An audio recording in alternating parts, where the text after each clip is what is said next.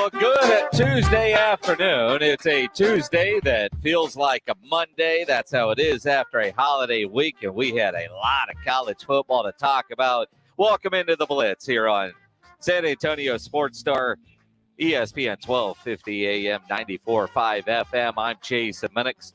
James Pledger producing as always, and I don't know about you, but I was kind of glad to come back to work today. You know, that one day off, I worked my ass off on a holiday day off, and it was by my own doing.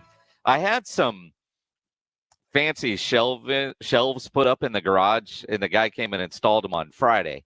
So I rearranged the garage on Monday. So you watched somebody work? No.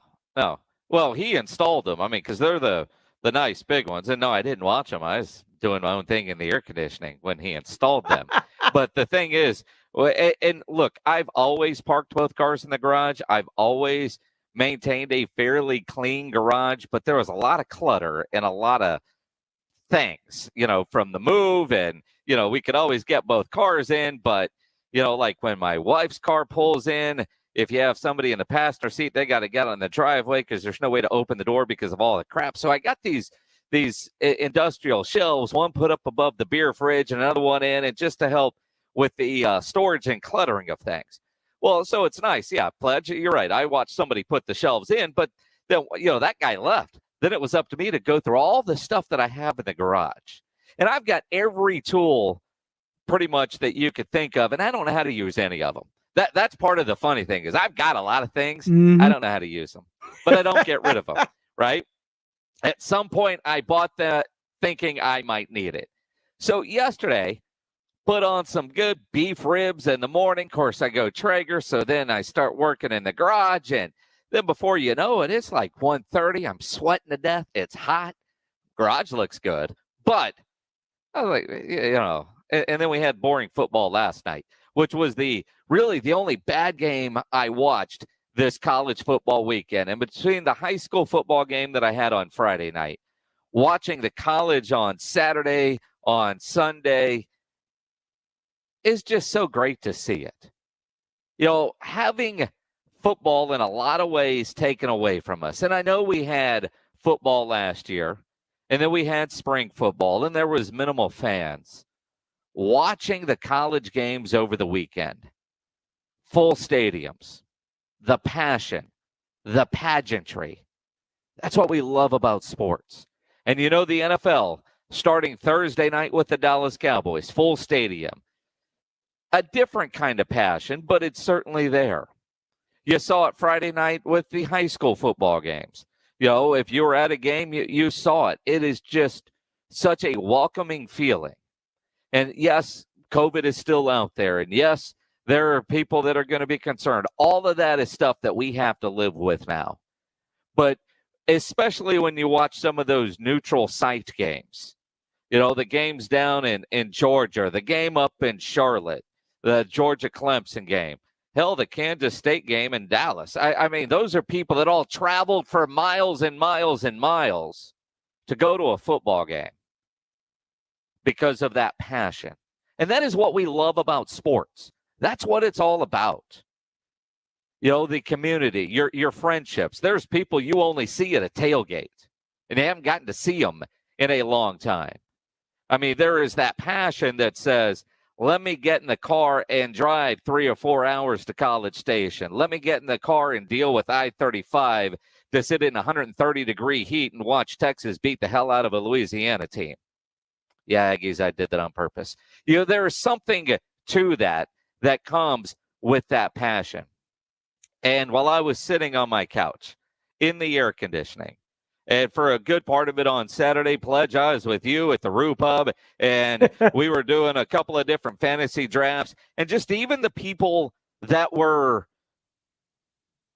at the bar, at the Rue Pub, you're wearing your Longhorn shirt, you're wearing your Aggie shirt, you're doing all these different things because of the passion that we get with college football. And it was just so nice to see it. And it certainly does help when your team wins. And if you're like me, you have multiple teams that you root for. Because while I didn't go to UT, I'm a Longhorn fan. And man, did Texas look good? My daughter went to Sam Houston State. Go Bearcats. They got that big one on Thursday. She's at Arizona State now. They won. Navy, boy, they got their ass kicked. It's going to be a long year for Navy football, although it's Air Force week. They got Air Force this week. Maybe they can get it together. UIW, they took one on the chin on Thursday night in overtime. I tell you what, Texas A&M, I know it was not the start that you wanted to see, but I am a believer in Haynes King. I'm a believer in what we're seeing out of A&M football. And it's not as much about the offense. That Aggie defense is hella good. I mean, that Aggie defense. I mean, Kent State came into that game last year. What did they average? Over 600 yards and 50 points a game. Their quarterback was back. I was more impressed with what I saw with that A&M defense. And then, of course, they settled in. Haynes King took a while to get comfortable and settle in. And you know what? We talked about that on Friday. After seeing some of the games on Thursday, whether it's playing in front of big crowds again, whether it's just the newness, you're going to see some shaky play from young quarterbacks. And I think we saw that. We saw that in Austin. You saw that in College Station. You kind of saw that from everybody not named Alabama. I mean, Alabama looked that good. They looked that good. Like one game in, I think all of us know you're playing for second. That includes Spencer Rattler and the Oklahoma Sooners, who survived Tulane. I mean, you talk about an upset in the making. Now, I'll always root for whoever's playing Oklahoma. And I was rooting big time for Tulane, but classy act by Oklahoma putting the Tulane logo on the field, because that's a game that should have been down in New Orleans. But I think you see the shakiness of it. But, you didn't see that from veteran teams. Look at UTSA. UTSA goes on the road to Champaign, Illinois against a Big Ten opponent and kicks their ass. UTSA punched them in the mouth and kept punching, took punches, kept punching, and ultimately won that game. That is the biggest win in UTSA history. I heard Rob Thompson earlier today on R&R in the morning say that he thinks the Baylor win was the biggest win in school history. And I will argue till I'm blue in the face that going on the road and beating Illinois, an Illinois team coming off of a win over Nebraska, is the biggest win in UTSA history. Because when the Roadrunners beat Baylor, and to steal a line from Freddie Coleman, let's bring some memory to your memory. We even said at the time that Baylor team was not Baylor when UTSA beat them. That was the Baylor team in the aftermath of the Art Briles destruction. That was not the same Baylor team that, even what you're seeing now, the Baylor team that barely survived Texas State. This isn't a Baylor team that was going bowling. This certainly wasn't one of the Art Briles powerhouse Baylor teams. They beat Baylor in name only, but they didn't beat Baylor. I think that win over Illinois is a much bigger win, and I think it does help that Illinois was coming off of a solid win over Nebraska. Now, maybe part of that Illinois preparation was, dude, we beat Nebraska. We're back. To steal a line from Jeff Traylor, they ate the cheese all week thinking little old UTSA Community College was rolling in. But UTSA punched them in the mouth. That was not a fluke win for UTSA. They have their home opener this week against Lamar. You're seeing all kinds of players and Jeff Traylor talking about packing the dome. And UTSA is at a bit of a crossroads. And Jeff Traylor will join us coming up at 6:30. And I say they're at a bit of a crossroads. Their season ticket numbers have gone down steadily since they started. The season ticket numbers. Now, part of that, who's spending money to go watch bad football? They got to win consistently, but UTSA, their marketing efforts to try to sell season tickets, I'm not sure what they're doing, to be honest. But now they're going to make some news, and there's going to be a lot of debate on whether UTSA is doing the right thing in changing a tradition for a fairly new school. You remember when they opened up that new whatever $40 billion facility, the race facility, the Roadrunners Athletic Center for Excellence. That come and take it sign right when you walk in. There were some professors on campus that were pissed off by that and said it was offensive. Started a petition. And UTSA's president, Dr. Amy, said he was going to put together a task force to study that. Well, there's no need for a task force, according to Dr. Amy. He sent an email today that said that tradition is dead. Dead. Starting now, it is dead. And quite honestly, I'm not sure what to make of this. You know, there's that large come and take it sign at the facility, and their fourth quarter tradition of taking that flag and covering the student section is gone. According to Dr. Amy, in an email today, they don't need to have a task force to study it. A Google search to see all the different people that have adopted the saying says that doesn't align with what UTSA wants. And so we're just going to discontinue it. Quote, after much research, consultation, and deliberation, I'm ending this rather young UTSA athletics tradition at this time and will not be proceeding with the task force. The matter has become a distraction from our mission and is likely to continue shifting our focus away from our work yet to be accomplished. And he credits or blames the phrase being adopted by organizations that have become very political. Part of me says, you know, it's such a young university, and I do agree with Dr. Amy that a lot of groups have adopted it and use it in a very different way. But at the same time, can't you use it for good? I think you can. You let them win. I mean, are we going to change everything that somebody else adopts and starts doing something that you just disagree with? They're also going to not only stop doing that at the beginning of the fourth quarter, but it's going to come off of all their digital stuff, all their merchandise. They're just going to try to make it go away. Some will agree. Rudolph Renee on Facebook Live says, good decision for UTSA.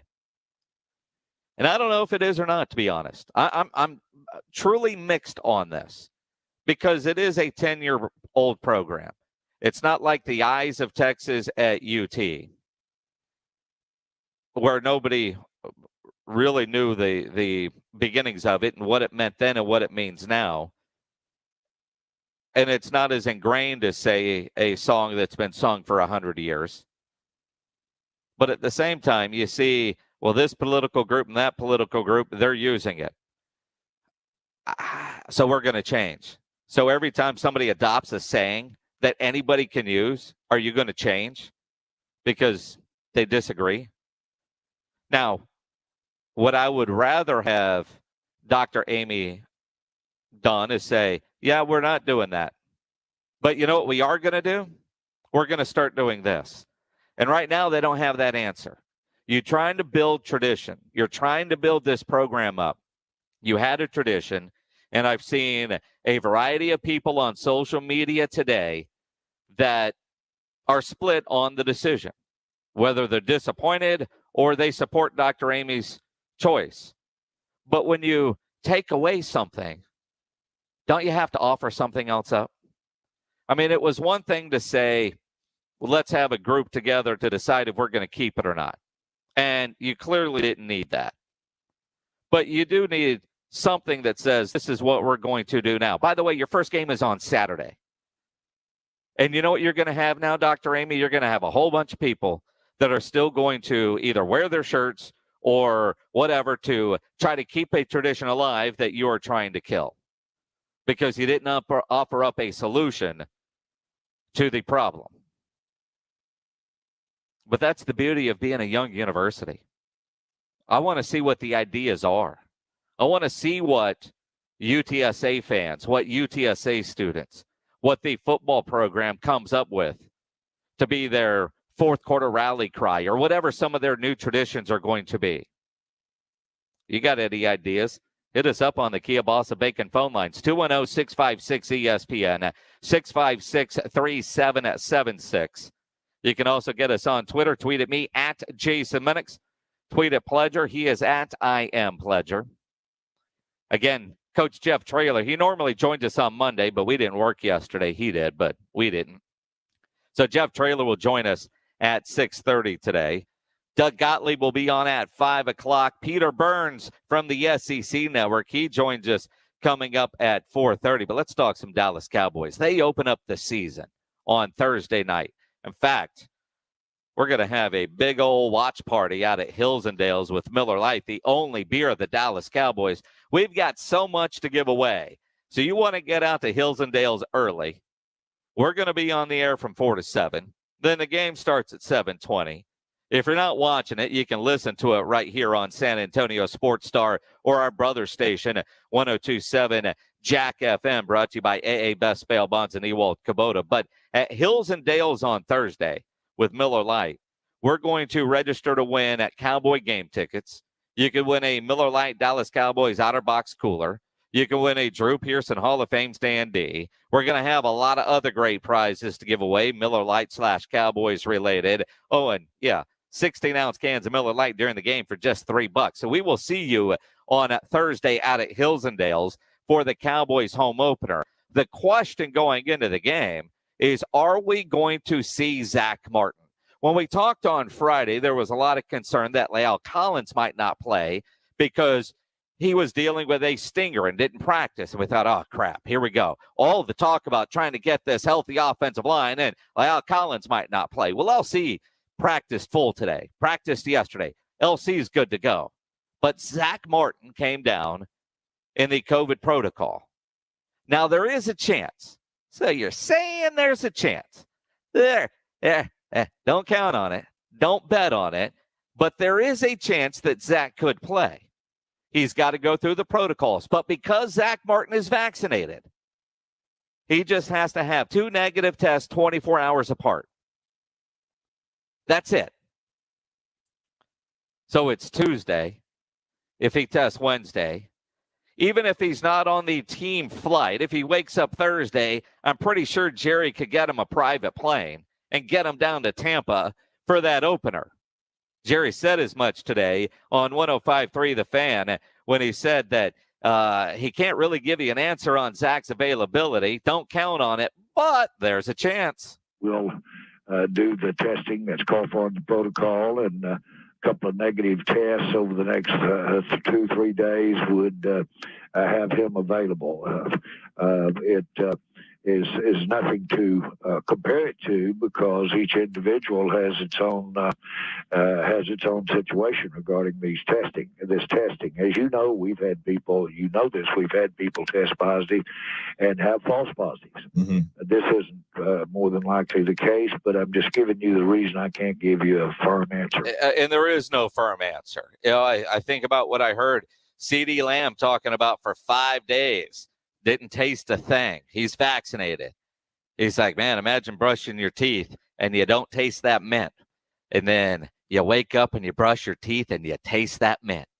And baby, at that point, you know you're better. I mean, it's a weird feeling. I'm thankful that I haven't gone through that. Thankful. I've had a couple of scares like probably most of you, but I haven't gone through that. I can't imagine what that is like. I am not counting on Zach Martin to be ready to go. To be honest, if he's able to go, he's able to go. You want him out there because you want to see Dak Prescott behind a fully functional offensive line, especially knowing that he did not play in the preseason. Is rust going to be a concern when everything is going at game speed? Jerry said yes. I will accept the thing that Russ basically the rust that's there, and I'd say that probably if you'd made every roll call and had been out there for every snap. On the other hand, I think anything that you did to take a veteran and have them ready to go game day as opposed to having basically risk that was worth it. In other words, you're being conservative is worth it because what counts is these ball games. And it is a different approach on playing in the preseason, not playing in the preseason. I wanted, and if you go back and listen a lot, or you want to go back and listen to some of the older shows, I wanted Dak Prescott to play in the preseason game, even if it was a series, because you cannot simulate game speed in practice. I don't care what you do. And oh, by the way, he wears a red jersey. So somebody's coming off the line and they want to blow up the quarterback in practice. That ain't going to happen. I mean, they don't even get close enough to where he might hit his hand on your helmet. Not going to risk a broken finger in practice. It's a different philosophy that a lot of people have. And I know a lot of you disagreed with me on that. Keep them in bubble wrap until opening night against the Tampa Bay Buccaneers. But I think about Tom Brady, who the Cowboys are going to face on Thursday night. You probably heard of Tom. He's won a couple of rings.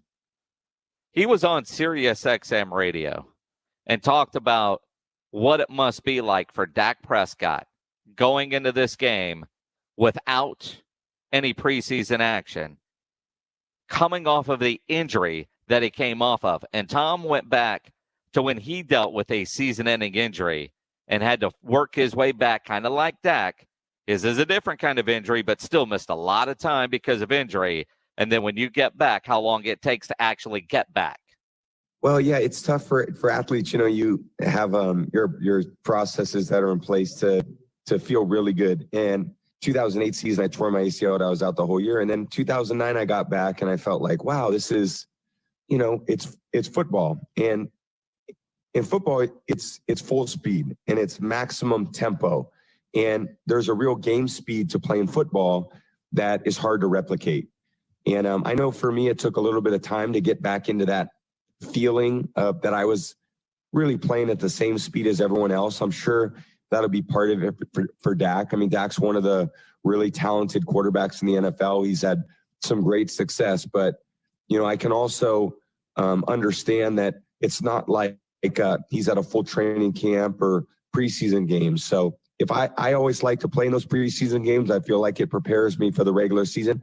Everybody's a little bit different. I see a lot of quarterbacks now that don't even play in preseason games. Aaron Rodgers doesn't play any. Some of the other guys don't play any.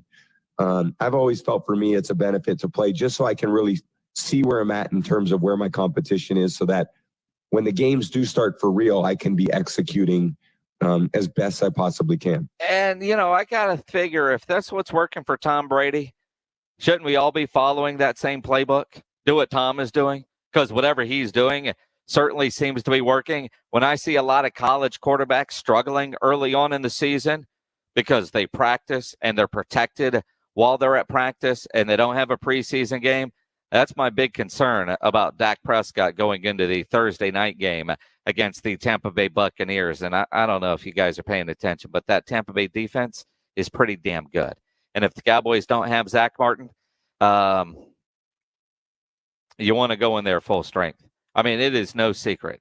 Zach Martin is one of the best players on that Cowboys offense. Not best offensive lineman, best player. Athletically, the things he can do. That is a massive loss in one of the biggest games. That said, the Cowboys are 7.5-point dogs? Zach there, Zach not there. Is it going to matter? I mean, you look at it. Is the line up to 8 pledge? Whew. 8.5 last I saw. Whew. Crazy. But football is here. Football is here. Cannot wait. Now, if you're worried about Dak and the time he didn't spend in the preseason getting ready, are you also worried about Zeke, who didn't play a snap? No.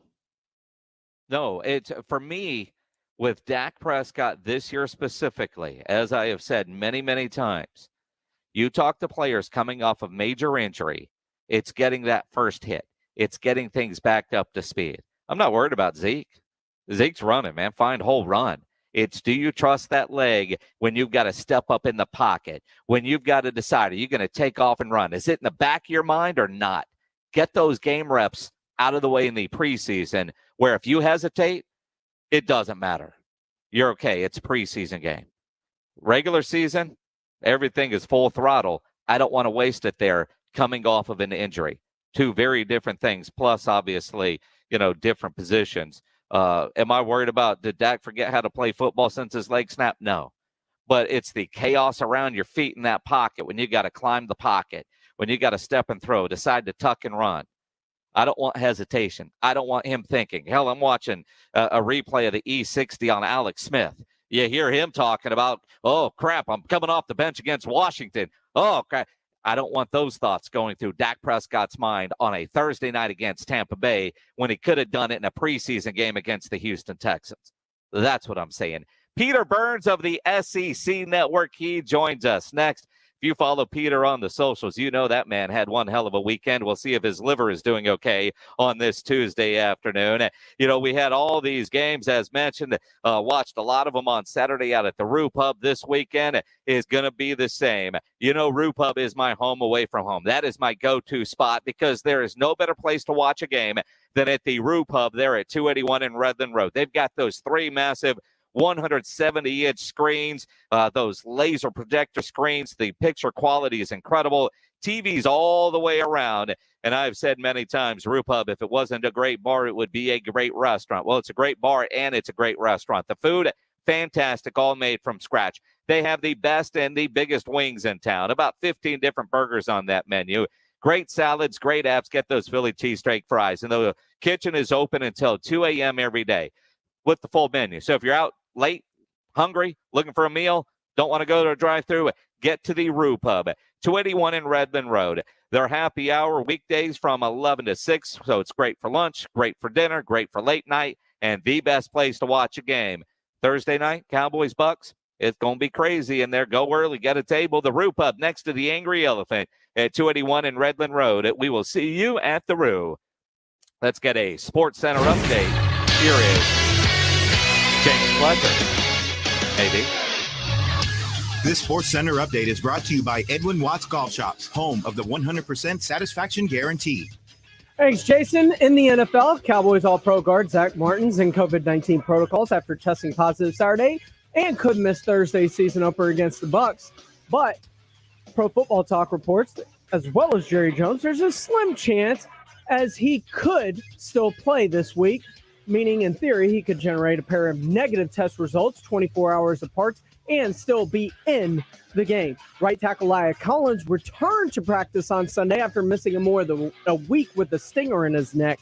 He also could possibly play now on Thursday. The Cowboys created another $5 million in salary cap space as they converted $6.25 million of Dak Prescott's base salary into a signing bonus, as that move importantly adds $3.75 million in net cap space to 2022. The Houston Texans have named their starter for the upcoming season, as Taylor will get the start against the Jacksonville Jaguars this Sunday, with Deshaun Watson likely to be inactive. Finally, in Major League Baseball, the Rangers, they open up a series with the Diamondbacks tonight. First pitch set for 8:40. I'm James Pledger for San Antonio Sports Star.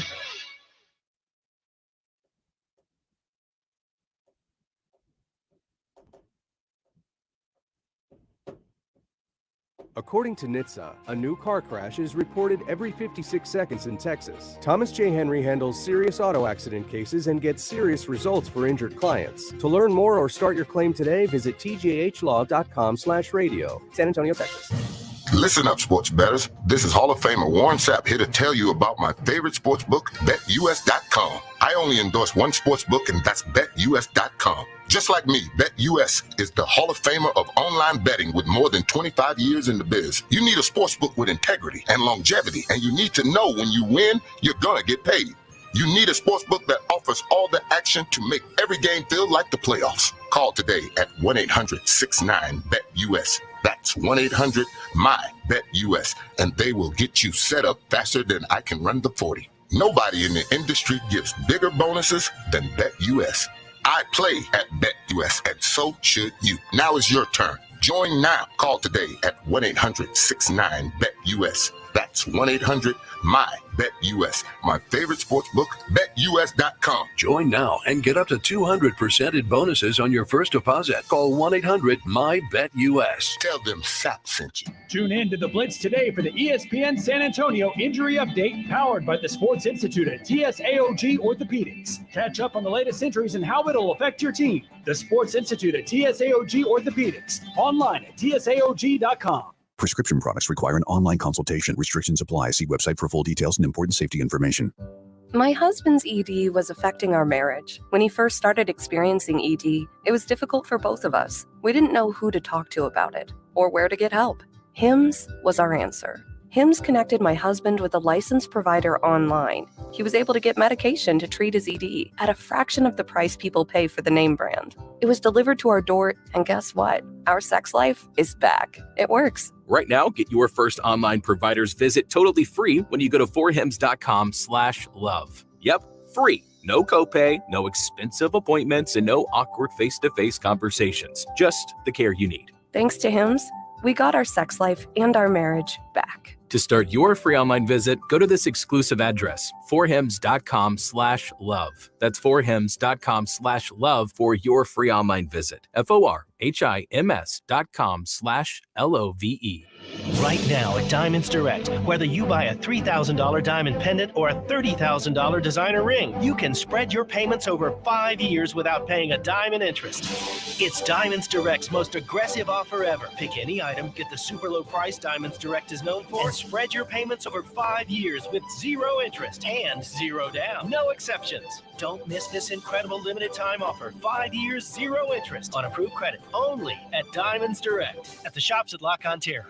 Vaccines are not enough, and accurate thermometers are essential for everyone. COVID is once again a major concern, and fever is the key symptom for both the flu and COVID. An accurate thermometer, like the Exergen temporal scanner, is essential to detect fevers early and reliably. Studies have shown that non-contact thermometers are ineffective and therefore dangerous, as they create a false sense of security. Exergen is working with a single focus to ensure that everyone who needs an accurate thermometer can purchase one. Learn more at exergen.com.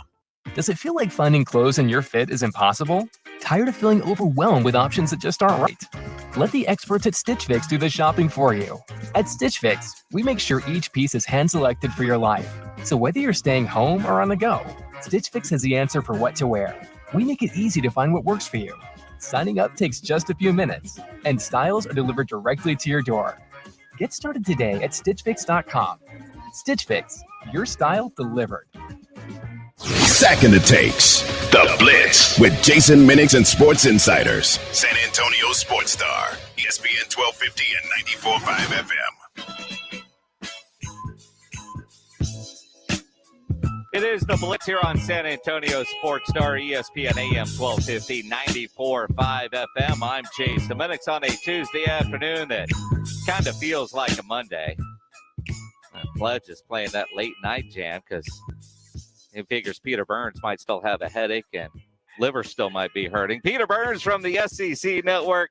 I trust you survived your weekend. Following you on socials, man, I was jealous all weekend long. My bank account hurts. My liver hurts. I am like, I like how you bump back with keep your head up, because that's what I'm trying to do and not fall asleep. Like, it is like that's what I was telling James earlier. I was like, man, this feels like the biggest Monday ever. Like, I just can't get the day right after this wild weekend. Yeah, we finally had football. So that's good news. Well, we had football, and we had some incredible football. But, Peter, you were right in the middle of some of what I talked about early. You know, as I was sitting on my couch or a good part of it Saturday at the Roo Pub, I was just taken aback by the crowds, just seeing the crowds, the passion that college football delivers, as the camaraderie that football fans, whether you're at the Roo Pub and there's a bunch of Aggies over there and a bunch of Longhorns there, even saw a couple of people, they were lost, but they were wearing Texas Tech shirts. I mean, just the passion that we saw all weekend in the full stadiums. And I don't know that I realized how much I missed it until I saw it on Saturday. Yeah, I don't know. Like I said, I think, kind of last year we saw sports. We're like, all right, yeah, I'll take it because it's better than nothing. Until you realize what it was like when you saw, Virginia Tech and that crowd going crazy, or Wisconsin, or I got to see it. And going to Georgia Clemson over on Saturday night here in Charlotte, it kind of felt like, the Red River Shootout, right? Like it felt like half of the stadium was Texas and half of it was Oklahoma. Like that's kind of what it felt like. Any big play, you would just see one side of the field just go nuts and the other side kind of moan and back and forth, right? So, I don't think there's maybe English Premier League soccer might be the closest to where you can compare to college football as far as what the crowd actually means to the product on the field. But and it was a hell of a weekend, man. We saw some great games. I actually got a chance to go to the Charlotte football game here, which was cool because they beat Duke, which was a great story. And watching UTSA greet Brett Bielema in Illinois was a damn cool story, man. It was, I don't know if there was a much better week one in college football. Yeah, I don't know either. And by the way, Jeff Traylor, UTSA head football coach, will join us at 6:30 today on the Blitz. Now, Peter, you go back to the Clemson-Georgia game. First off, do you get a rash when you wear that Georgia gear that you were wearing? I mean, I know that you wear the SEC network and you went to UTSA. You're LSU through and through. By marriage, I see you in Alabama gear, and you wear that Georgia stuff, man. I'm surprised you didn't break out in a rash. It was tough. Well, I will say this, my sister married a Georgia guy, and then I'm sitting there going, all right, as an LSU, fan, and my wife is a diehard Alabama fan, we can at least all pull against the ACC and all pull against Clemson. So I was like, the enemy of my enemy is my friend today. So therefore, I always want the other SEC teams to be ranked really high just in case my team beats them. So, it felt a little weird, but man, that was, what it was, Minix? That was just old school football. Like, I feel like we've gotten punch drunk the last couple of years on these, 52 to 48, shootouts and kind of old school Pac-12 ball. And then now, of course, that what we end up seeing is something like an old school, 2005, just defensive battle. And it was great. I mean, I loved every single minute of it. And I think that's what we're going to get all season long. It was kind of like that 9-6 Alabama LSU game from a few years ago. But you look at Georgia with the win over Clemson, and the ACC just completely wetting the bed over the weekend, including North Carolina. What does that mean for the ACC moving forward? I mean, going in, I didn't think that there would be a harsh penalty for Georgia and Clemson playing this early. I didn't think the loser would be out of it until I saw what happened this weekend. I think it's going to be awful hard for Clemson to find a good quality win to get back into the playoff conversation. Well, because think about it. They don't have – that was the only ranked team that was on their schedule for the rest of the regular season. And the thing that they were hoping for is, North Carolina or Miami to at least be pretty highly ranked when they would meet in the ACC championship. If they were to lose, fair enough. North Carolina loses to Virginia Tech. Miami just gets absolutely thumped by Alabama. And so you're sitting there going, wait a minute. Now, you're going to play South Carolina State in the rest of the week ACC. I mean, that's tough. It wasn't just the ACC. The Pac-12 had a brutal week as well, too. Outside of UCLA beating LSU, I think the Pac-12 went 1-6. So, I mean, it was a tough weekend. Hey, Arizona State got a solid win on Thursday night. Arizona State with that big win over whatever directional school they played. North by Northwest Amish School of Technology. I think that was the thing that they got. But it was. Listen, it's interesting because now you look at the rankings that come out, and to see A&M sitting there at top 5, you're kind of like, all right. I mean, I liked what I saw. But, man, I don't know if I can say they're on that same level as what I saw, just domination by Alabama and really defensive domination by Georgia this weekend. I look at Bryce Young as the only young quarterback that looked comfortable from the word go. Whether you look at Haynes King, it took him a while to settle in, but he did. For UT, Hudson Card took a while to settle in, but he finally did. And thankfully he's got Bijan Robinson that is able to run the way he does. And according to the Arkansas coach Sam Pittman, apparently Bijan is returning kicks and punts and playing defense too. I mean, that number 5 does it all. But I mean.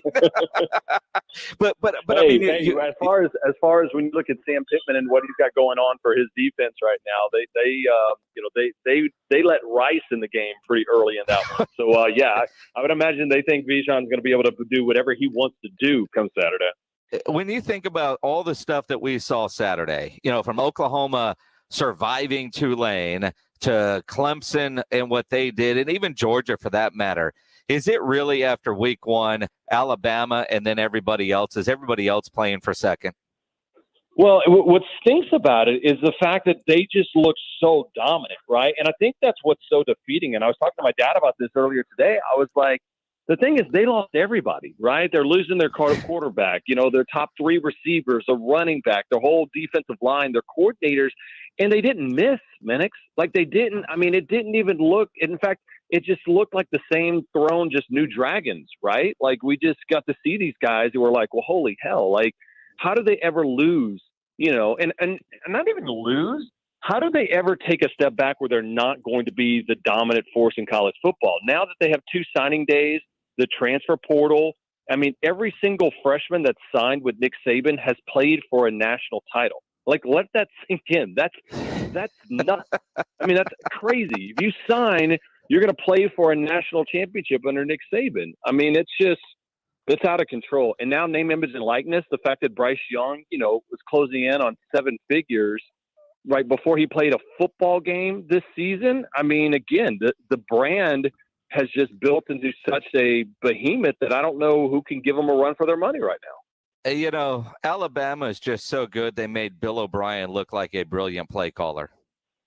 But so what's funny about that, though, is that, all these coaches, whether it be Mike Loxley, who was there, or after Lane Kiffin, all of these coaches, even Sarkisian, they came in and they put a wrinkle on Alabama's offense, but they had to learn Alabama's offense. Normally a new coach comes in, they're like, all right, this is what we're going to do. This is our offense, and we're going to rechange the terminology.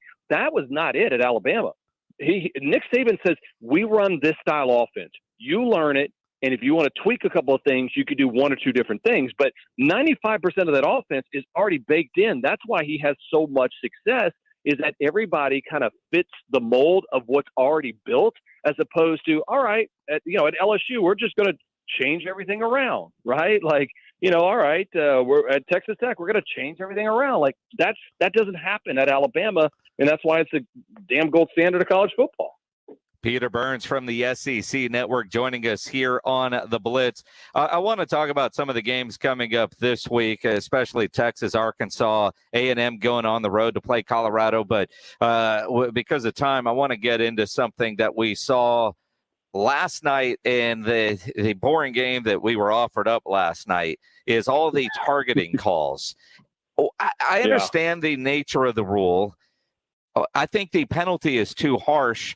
What can college football do to fix this? Because it seems like now they're calling targeting like they call holding. And if they're going to do that, if you're seeing that many in a game, is the penalty too harsh for the infraction? They're not. Trust me. It sounded like it was like the Target Bowl, right? Like it was some like advertising campaign for Target. Like I thought that's what the commercials were for last night. I mean, it was ridiculous, but it's not changing. I mean, I've legitimately talked to the head of NCAA officiating over this offseason, and I said, guys, we got to do something. If it's like a flagrant 1 or flagrant 2, like we have in college basketball, yellow card, red card, whatever, like you can't eject these guys. Like that's just like call it 15 yards. And, hey, listen, if they're out there head hunting, absolutely throw them out of the game. We don't need that. But if it's a bang, bang play that happens in a split second, that's not football anymore. And how many times did the offensive player put their crown of their helmet down? And you're like, well, wait a minute. Don't say that out loud. They'll look for it. Well, I mean, trust me. But then I asked them, I said, are you guys going to change it? They're like, no, we're just flat out. They're just not going to change it. If for no other reason at that point, you can tell I'm cooking burgers on the grill. So now I got to know when to put them off. Nice.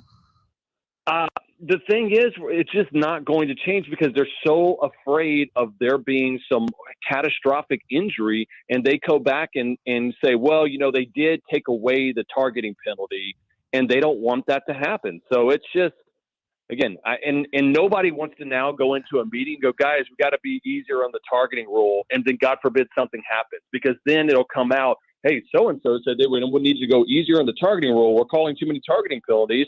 And then there's a level of liability. So it's a mess. And I mean, it's just the way the game is now. It's kind of like, 3 years later, they telling me that Des caught it. And I think Zeke is the only offensive player that's ever been called for offensive targeting. And that was at the NFL level. It's the only one I can remember. But honestly, didn't that rule start to protect defenseless players? Because about half of the ones I saw last night, I don't know that I would have called targeting until you slow it down and you go, yep, he used the crown of his helmet. To me, that should be 15 yards. If it looks violent intent or a defenseless receiver, I could go with the ejection. There's got to be some sort of happy median that we can go to. Again, what they have told me is that when they look at it, there has to be like 2 or 3 different ways to confirm it, right? Is it defenseless? Is it, the crown of the helmet? And are you leading with the intent? And they said, hey, if we got 2 of those 3 things, boom, it's going to be targeting. So, I mean, amen, man. It was almost laughable last night. And then I look at it, and like you said, Minix, you could call that on every play. If you truly wanted to, you could throw a flag and go, all right, targeting, and you could go through a Zapruder film and look at it and go, yep, look at it, he lowered his head. And that's just, how is a running back ever going to hit the hole again?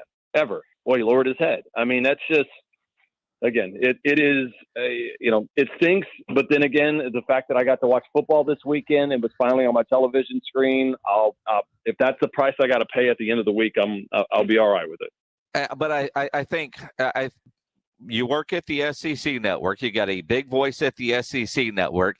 I saw some other conferences put together an alliance so that the big bad SEC didn't control everything, which tells me the kind of weight that the SEC throws out on the table in front of a meeting. So as the voice of that, I think you should campaign to get the rule changed because the SEC gets what the SEC wants. I mean, listen, and now if I can get Tim Tebow to say that in a meeting, I think everybody is going to be okay, right? Like, then they might listen to it. But little Peter O'Burns, no, they'll be like, all right, that would be nice. They'll pat me on the head and say, all right, yeah, you're the Illinois of network analysts, and we like to hang out with more, seasoned vets, to say the least. I mean, how awesome is that? I mean, just think about it for the weekend, right? You had UTSA winning, you had Texas winning, you had A&M. I mean, it was as pretty good of a little sweep as you can get. Well, and quite honestly, I think you throw in Texas Tech with their win over Houston. That was, future Big 12 rivalry. There are a lot of good wins this weekend. And on the flip side, for teams that most of us don't care about, but I mean, Washington losing to Montana. I mean, there were some games that really made you scratch your head and say, God, I'm glad college football is back, because that is what we love, unless it's your team getting upset. Like, LSU has McNeese this week. That Edo's boy is not going to beat him. I believe Ogeron's son is still quarterbacking McNeese. Cody right? Ogeron, the starting quarterback. I don't know. The way LSU played against UCLA, who knows? If that's the case, like, Edo might just take the bus ride with Cody home. If McNeese ends up winning, because I'm not sure how well it would go down in LSU for that. Could you imagine if Frank Wilson beat LSU? Oh my gosh! I just I would have think about it. I was like, had it been Frank Wilson, if he had UTSA rolling, but then when it was over there, like, I don't know, man.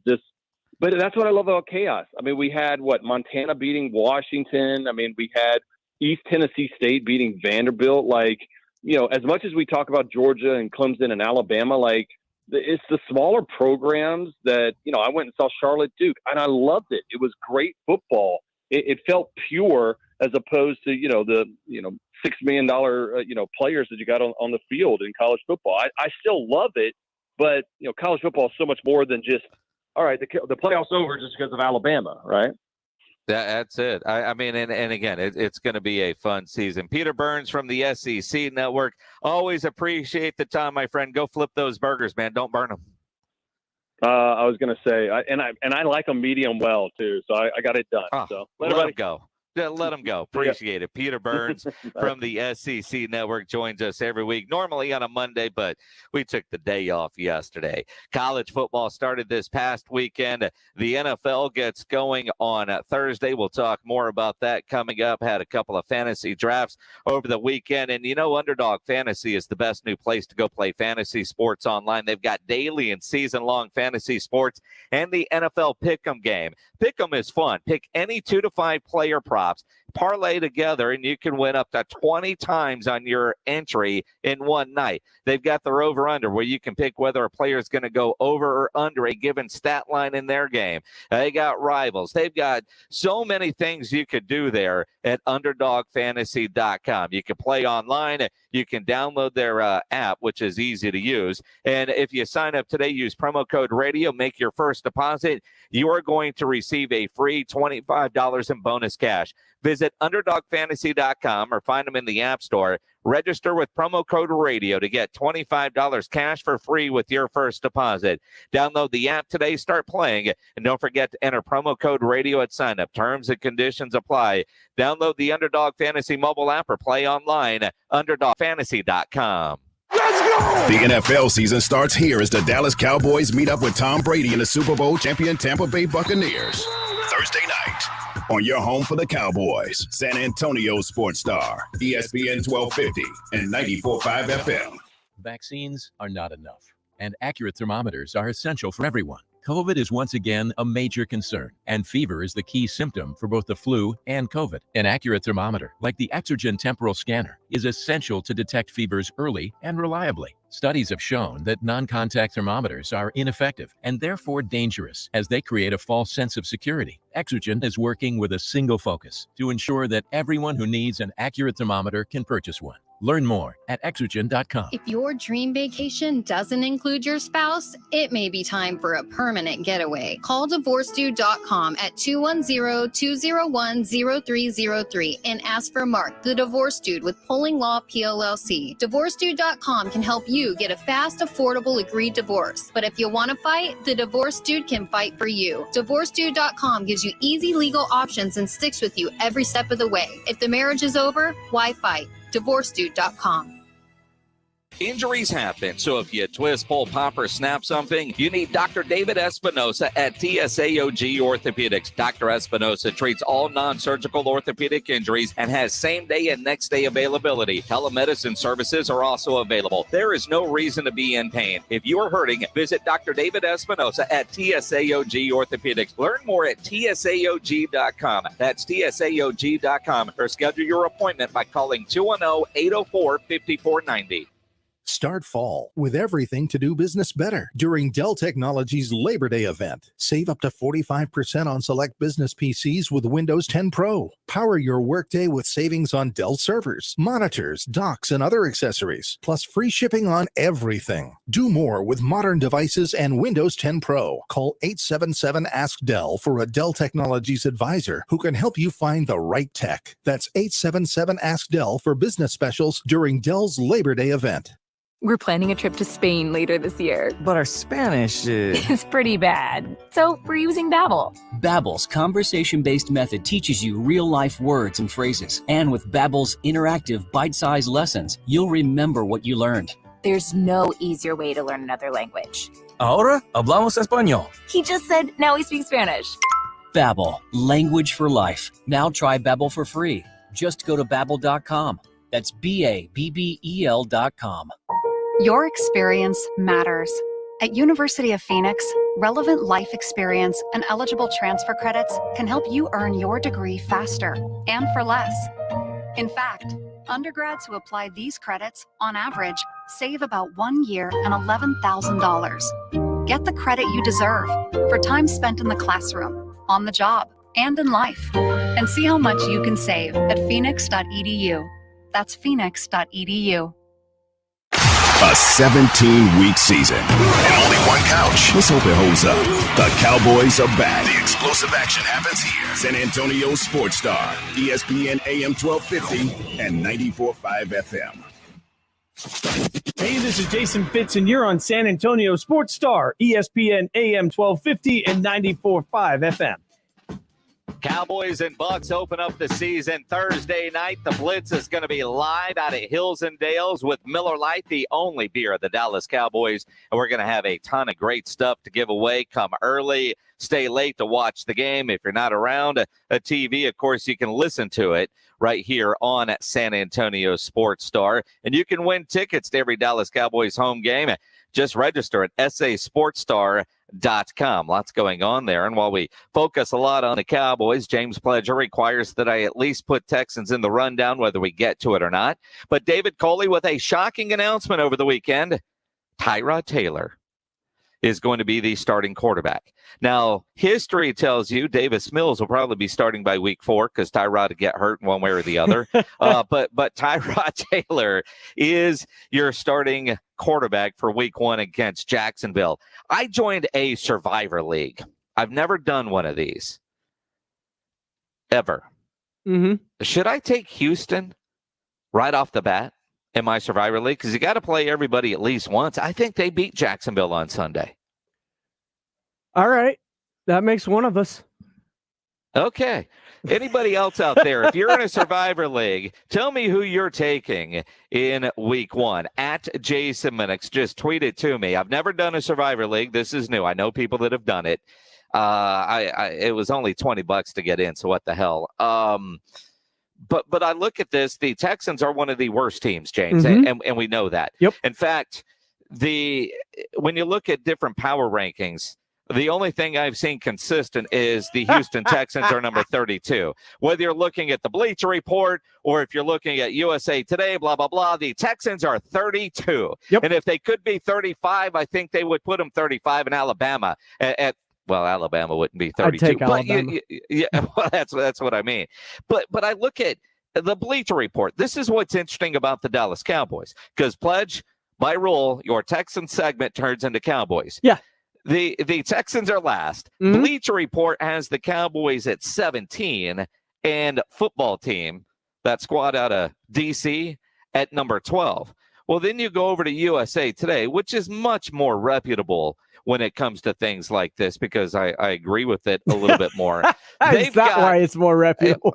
Well, at least in this instance, I'll go with it.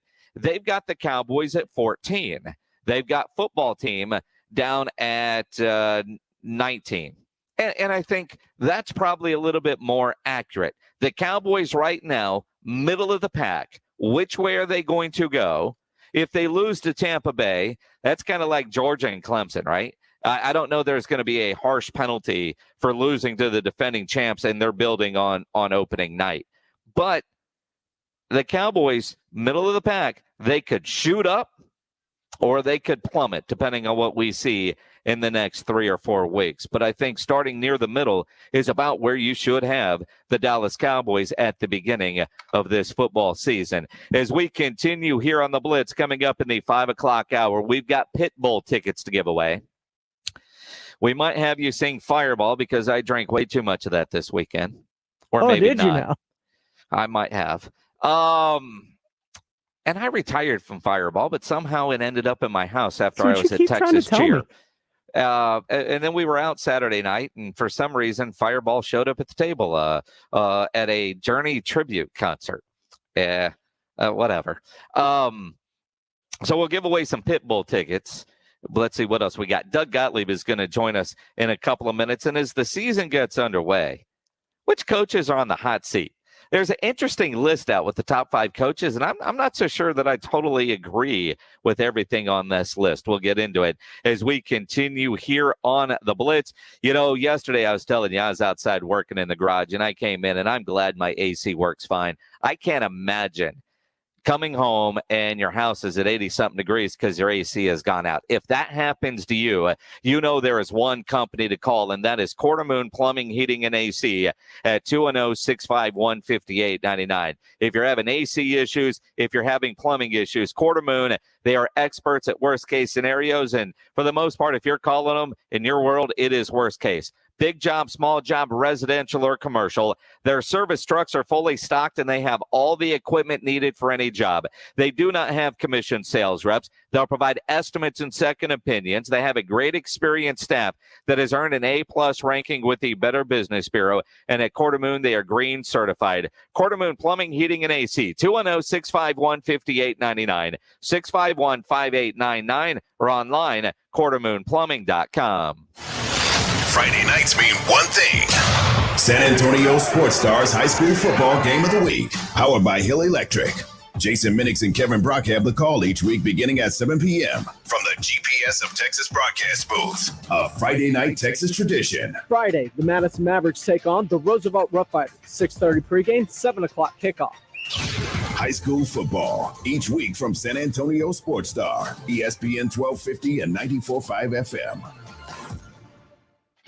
Hey, Cowboy fans, Miller Lite, the only beer of the Dallas Cowboys and San Antonio Sports Star, are throwing the biggest viewing party ever. Head out to Hills and Dale's Ice House on Thursday for a live broadcast of the Blitz from 4 to 7. Then watch the Cowboys take on the Buccaneers. We'll have hourly drawings from 4 to 7 to win Cowboys game tickets, a Miller Lite Cowboys OtterBox cooler, Drew Pearson Hall of Fame standee, and other great prizes. And enjoy 16-ounce cans of Miller Lite during the game for just $3. That's Thursday at Hills and Dale's Ice House. Howdy, San Antonio. Chip Ingram from the Roo Pub and the Angry Elephant, inviting you to come out and enjoy patio season. We have newly remodeled patios, garage doors, and everything else you need to enjoy this great South Texas weather. As always, ice cold beer and specialty drinks. Happy hours daily from 11 a.m. to 7 p.m. And our kitchen is open from 11 a.m. to 2 a.m. See you soon at the Roo Pub and the Angry Elephant at 281 and Redland Road. Listen to this station anytime, anywhere on Odyssey. Odyssey is your new audio home for all the music, news, sports, and podcasts that matter to you. Odyssey. That's AUDACY. Tune in to the Blitz today for the ESPN San Antonio Injury Update, powered by the Sports Institute at TSAOG Orthopedics. Catch up on the latest injuries and how it'll affect your team. The Sports Institute at TSAOG Orthopedics. Online at TSAOG.com. Of all the things you do to protect your health, none is more important than staying on your medication. And here's a little encouragement. At CVS, you can earn up to 50 extra bucks rewards each year just for filling your prescriptions. That's healthier, made easier. Visit your local CVS to sign up and start earning now. Terms and conditions apply. Not available in all states. See cvs.com/RX rewards or the pharmacy for details. Oh, according to research, 82% of people remember radio ads. So 82% of you listening will remember that this is an ad for ZipRecruiter. 82% of you will note that if you're hiring, ZipRecruiter finds qualified people for your job. In fact, 4 out of 5 employers who post on ZipRecruiter get a quality candidate within the first day. And 82% of you will remember that you can try ZipRecruiter for free, but you have to go to ZipRecruiter.com/free. Yes, free. Again, that's ZipRecruiter.com/free. This is the home of the Cowboys, Rangers, and Aggie football. KZDC, San Antonio Sports Star, ESPN, AM 1250 and 94.5 FM. Jason Minix, the Blitz. It is the Blitz here on San Antonio Sports Star, ESPN AM 1250, 94.5 FM. I'm Jason Minix. Glad to have you along on a Tuesday. Hope you enjoyed the long Labor Day weekend. I know I did. I enjoyed the football on Saturday was incredible. Sunday was kind of a half recovery day. And then I worked my butt off Monday in the garage and doing some beef ribs. Boy, those beef ribs I did, I ain't gonna lie, they were good. And I used Pinkerton's new barbecue rub, which was fantastic. His world champion beef rub, because he's a 2-time world champion. They were fantastic. If you did some grilling, make sure you upload a photo at sasportstar.com. You could win a $50 gift card to Tri-County Meat Market Thursday when we do grilling with the Blitz. And speaking of sasportstar.com and Pinkerton's barbecue, it's football time. The first NFL game is Thursday night. Football season is back, baby. So is our Pro Football Pick'em Challenge that's brought to you by Pinkerton's Barbecue. Go to sasportstar.com. Pick a winner of each week's slate of games for your chance to win weekly gift cards from Pinkerton's Barbecue and Mellow Mushroom. Go to sasportstar.com. Make your picks before Thursday's first game for your chance to win. It is brought to you by Pinkerton's Barbecue, which is certainly worth it. Fantastic. Good stuff. And those ribs I did, and Pledge will tell you, because I brought him some today for lunch, some leftovers, because I always have leftovers at my house. Those ribs turned out pretty damn good. Yeah, they turned out a little bit better than pretty damn good. I'm just saying. I tweeted at Pinkerton that I used his rub and how well they turned out. He says, now you're champion level barbecuing. And all I could say was, well, maybe for intramural champions. Rudy J, he had some as well, too. He says they were fire. See, and you guys are eating them a day old. You know, one of these days, you just need to invite yourself over and show up at the house. Now, Pledge, I've known you've done that before. You just happen to show up. Yeah, I was in the neighborhood. Got the gate code, man. I'm here, man. I saw you were grilling. Just happened to have punched in the gate code and come through the gate. Here's the thing with Rudy. Rudy J, we were talking about it last week. We talked about it on Saturday. He had the invite. I fully expected Rudy J to show up on Sunday. Hit me up early in the day, man. I'll let you know how the day is moving along, man. So I was expecting Rudy J to show up. So I even did some poppers and there was all kinds of stuff going on. And Rudy J, nowhere to be found. He's a no-show. And them guys that do morning shows, I'm not surprised. I'm not surprised. But it was just still early in the night. It was. I mean, they were ready at 7:30. They were good to go. But yeah, Rudy J, he's that guy that says he's on his way, but he ain't. But he didn't really ever commit. So he can't say that he just completely no-showed. He drops the hint, gets the invite, gives you a maybe, and then nothing. That's kind of how it goes. Make sure you listen to Rob Thompson and Rudy J every weekday mornings from 7 to 10. See, I invited them for this lunch thing tomorrow. The Alamo Bowl kickoff luncheon is happening tomorrow. Rudy J says he's going to go, but that's right in the middle of his nap time. So we'll see if he actually goes down to the Alamo Dome tomorrow for the Valero Alamo Bowl kickoff luncheon. It is the Blitz here on San Antonio Sports Star, ESPN AM 1250, 94.5 FM. As you do about this time every Tuesday, Doug Gottlieb from Fox Sports Radio. He joins us now on the Blitz. Doug, incredible football weekend, man. How was your Labor Day weekend? It was really good. We actually just got done. I know, you guys got Six Flags in San Antonio. We just today is I took the day off. It's Jewish New Year, so my son was off school, and we headed up to Six Flags here in Magic Mountain. So we just got done. How many roller coasters we do? Oh, man, that is fantastic. I don't mean to interrupt family time. You could have told us, man, dude. I'm taking the day off. Nah, we're good. We're on our way back. So we got football practice in a little bit, so we're multitasking. Right, and picked nothing up a little wrong with mobile water, and we're heading on back. So all right, so I'm trying to figure 3 o'clock in LA traffic. It's not complete suckage yet, but it's not far from it. Well, it's not good. It's not good.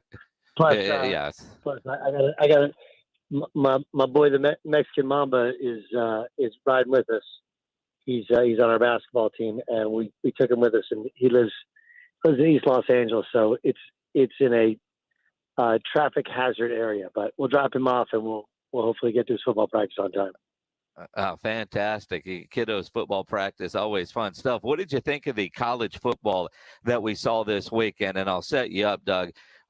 I know we missed the crowds last week, but seeing the fans, the crowds, the passion, I didn't realize how much I missed it until I saw it this past weekend.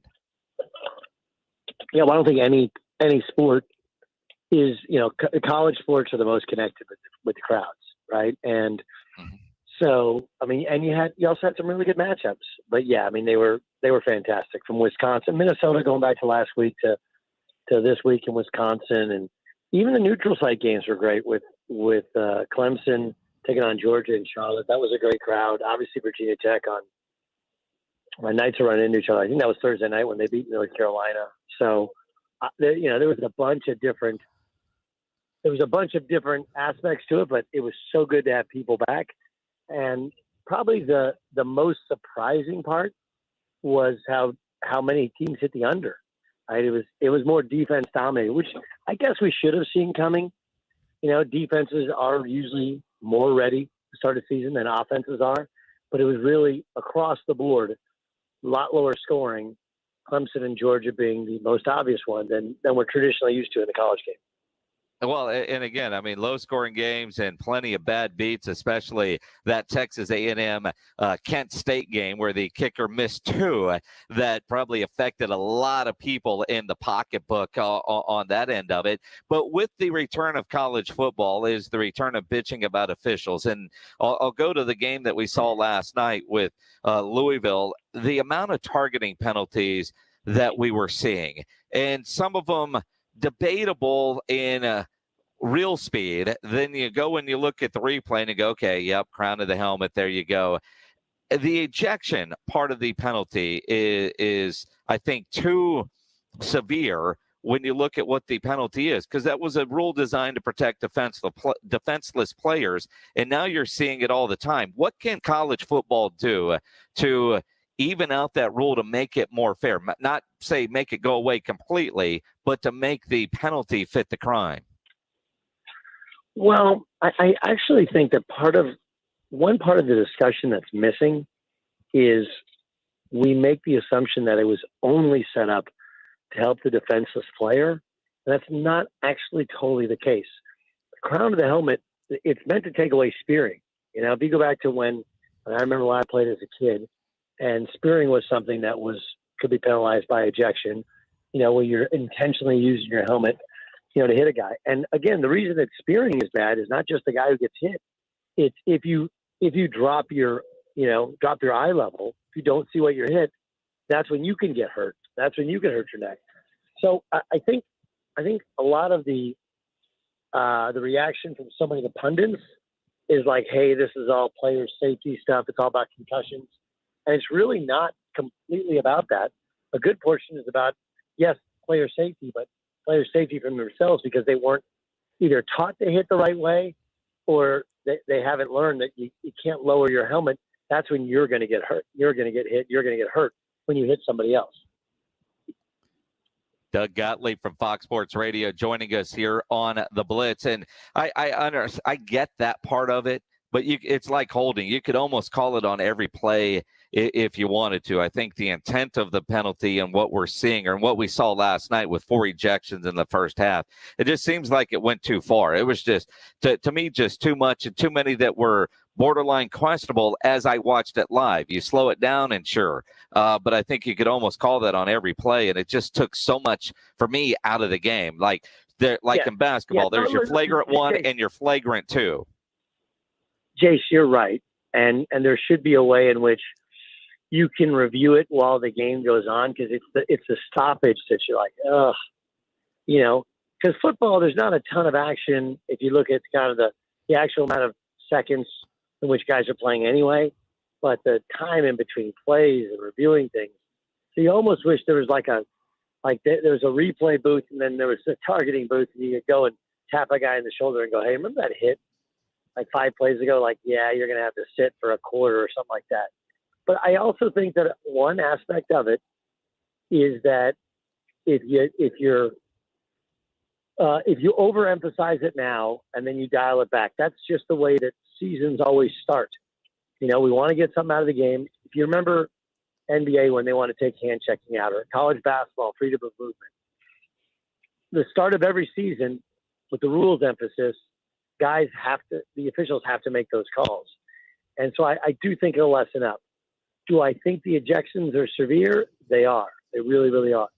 But nothing seems to be working to get it out of the game, and I think that's why it's so severe, and maybe even rightfully so. Aside from that aspect of it, I thought it was a great weekend of college football. Was there a game or a team that surprised you one way or the other, either the good or the bad? Yeah. Kansas State, and Texas. I thought those two teams. You know, K-State, it wasn't just that they beat Stanford. They smacked Stanford. And I know Stanford is not nearly what they used to be, but that's a huge win for them. I mean, really, overall, the Big 12. Hell, even Kansas won a game. And now you got Iowa State with Iowa, you know, on game day. But I thought, I mean, look, Texas, they should dominate Louisiana. They absolutely should. But in years past, that's the kind of game where Texas kind of arrogantly shows up and the game's closer than it should be. Kind of like the way Oklahoma played. That's how Texas would play in the past at times, you know, against that level of competition. They didn't. I thought they were impressive for Sark's first game. They were, and once Hudson Card settled in and looked comfortable, he played well. And obviously, Bijan Robinson is such a special player. He's going to be in the Heisman conversation. And when you look around, an interesting weekend for the Pac-12 with Washington losing to Montana, and at the same time, UCLA just completely dominating LSU out there in LA. I thought those two were kind of surprising games. Well, there's a bunch, like the whole Pac-12 is like, yeah, UCLA. And then you like look around like, well, Oregon State lost. Oregon was okay. And, you know, you got to look around the league like, ooh, USC was so-so. But as far as UCLA, it was the perfect storm, right? They have been building towards this moment. They are a good team. They are an older team. You know, I don't love their quarterback, but he is a 3-year starter. And they dominated the line of scrimmage, but they had played a game and LSU hadn't been home, and they're kind of a mess. So it was the perfect storm, but a huge win for the Bruins. But it's funny, like anybody who wants to defend the Pac-12, then how do you defend everything else that happened in the Pac-12? Yeah, it's hard. I mean, it was interesting. I think, you know, between the Pac-12 and the ACC, not a great weekend. ACC maybe with the worst weekend because everybody lost. That was embarrassing. Well, I don't know.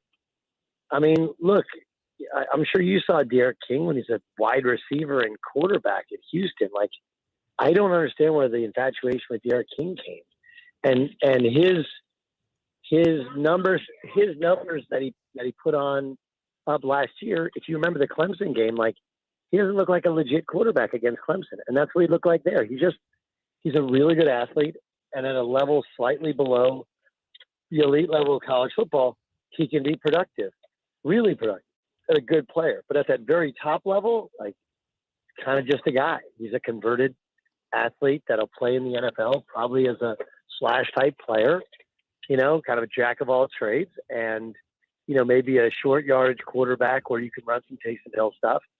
I thought that got exposed, but really, like, that's what the ACC has been. We do freak out about Clemson.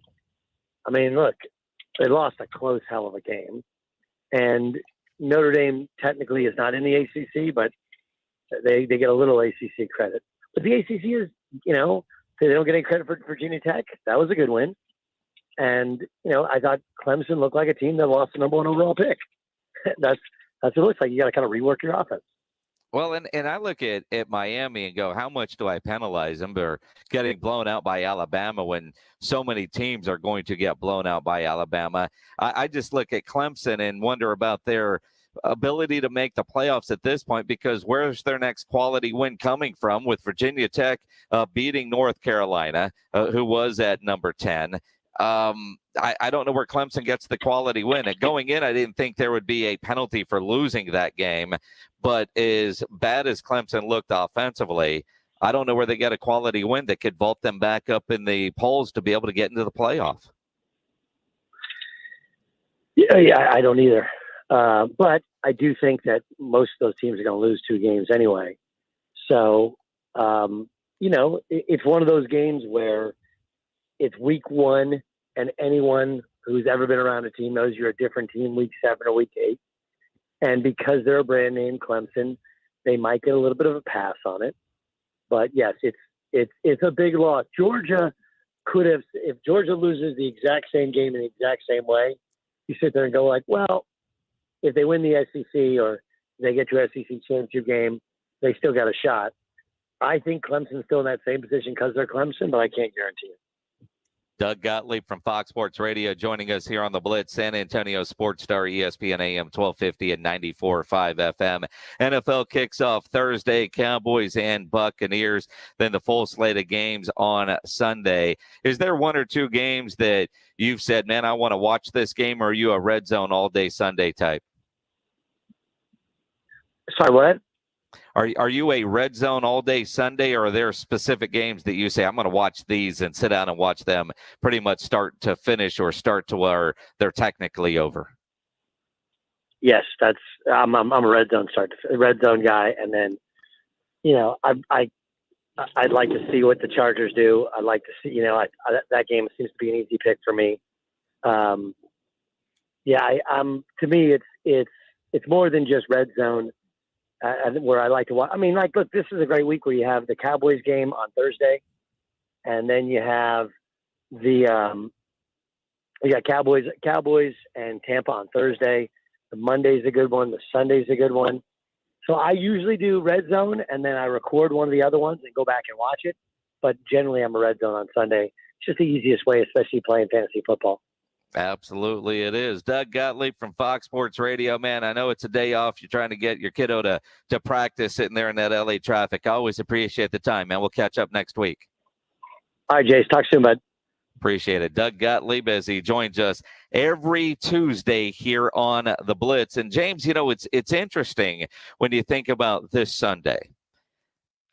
Because the Cowboys play on Thursday, I will get to watch Red Zone pretty much the entire day, because my Sunday is normally built around the Cowboys game. And if it's not the Cowboys, I'm on Red Zone.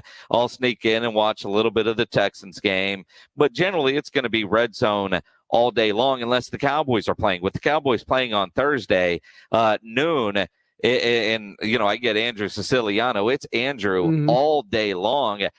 As a Texan fan, and I try to say this respectfully. Don't. You wouldn't sugarcoat it even if they were good, so don't sugarcoat it when they're bad. Well, no, because if they're good, I know the answer to this. You're watching that game start to finish.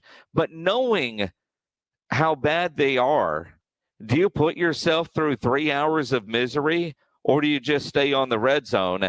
And if something happens, you're going to see it, or you're watching and following Twitter and flip over. Or do you have the red zone on the big TV and say the Texans game on the iPad? Did you watch the Cowboys last year? Well, yeah, but I like pain. I enjoy. I enjoy. I'm a Texans fan. We also enjoy pain, just to a different level, because there's no success with that pain. Really? I mean, and I'm trying to think. There were some times last year that I might have had the Cowboys on the iPad or laptop. If it didn't start that way, it ended that way, I would flip over, because at least and I think it's a little different. I know, regardless, I'm talking Cowboys all day for whatever. So it's homework. Last year, watching the Cowboys felt a lot like homework, math homework that I did not want to do. See, we know that's not the case when it comes to the Houston Texans. So I don't feel the same obligation for my job and fandom to be able to watch the Texans. So for you, when you don't have that obligation, it's just pure misery that you go with. I was even joking with Cleto Rodriguez as he's recovering from his fight with COVID and how dangerously close he came. He posted a family photo the other night, which was great to see, but he's wearing a Texans jersey, and I got to believe he would feel so much better if he would change his shirt. If he just changed his shirt, he would automatically feel better. Why choose misery? It's not about choosing the misery. Because like every fan base, there's, I don't know, maybe in the back of your head, something saying, well, maybe if things break right, maybe you can beat the Jaguars opening week. It's Trevor's first game. Maybe, there are a couple of games on there, but more so than anything, you want to make sure they don't screw up what you think is also at hand, which is the ability to, draft your next franchise quarterback, because after finding your franchise quarterback, you have then since lost sub-franchise quarterback, which is how it goes as a Texans fan, by the way. Well, I mean, yeah, that makes sense. I mean, your best player is going to be on the inactive list, which is still such an interesting dynamic that there's no words. I don't know that I would handle it any different if I were Coley or Caserio or there's nothing else that they really can do. It's just extremely odd. But I tell you, I am leaning towards picking the Texans in my Survivor League. Why? And because I think they could beat Jacksonville. I've never done a Survivor League, but I did not know this until about an hour ago when the guys' league who I joined sent me a text and said, by the way, you have to put your pick in before Thursday for the Sunday games. Mm-hmm. See, I know I'm not going to pick the Cowboys or the Bucks. So, the idea is I've got till Sunday to figure this out, or Sunday morning, but apparently I don't. I have to figure it out by Thursday on who I'm going to play this week in my Survivor League, how it works. And this is my first time doing it. If you've done these before, any advice, any tips, hit me up on Twitter at Jason Minix. If you got a suggestion for week 1, go with it. But I know that I've got to pick every team at least once, right? So are you picking multiple games per week then? Because there's 32 teams, so you can't pick 32 games. All right, that's true. I'm looking at the Texans. You've got you. All right, so maybe I don't have to pick the Texans. You don't. See, I need to figure out the rules to this. But you can pick the Texans. I may have had a couple of drinks in me when I was convinced to do this, right? So I don't know what all the rules are. So you're right. 2 + 2 is 4. I don't have to pick every team. I just can't pick a team more than once. There it is. So you can pick against the Texans multiple times throughout the season, though. You know what? Unless you're taking Jacksonville, because I do think Houston wins. I think they'll beat Jacksonville. Why would you subject yourself to a loss in a survivor pool week 1? Well, I'm not going to take Jacksonville or Houston. If I had to take Houston, this might be the time I would do it. In my bad quarterback league, which is another fun thing that I'm preparing for to see how I'm going to do it.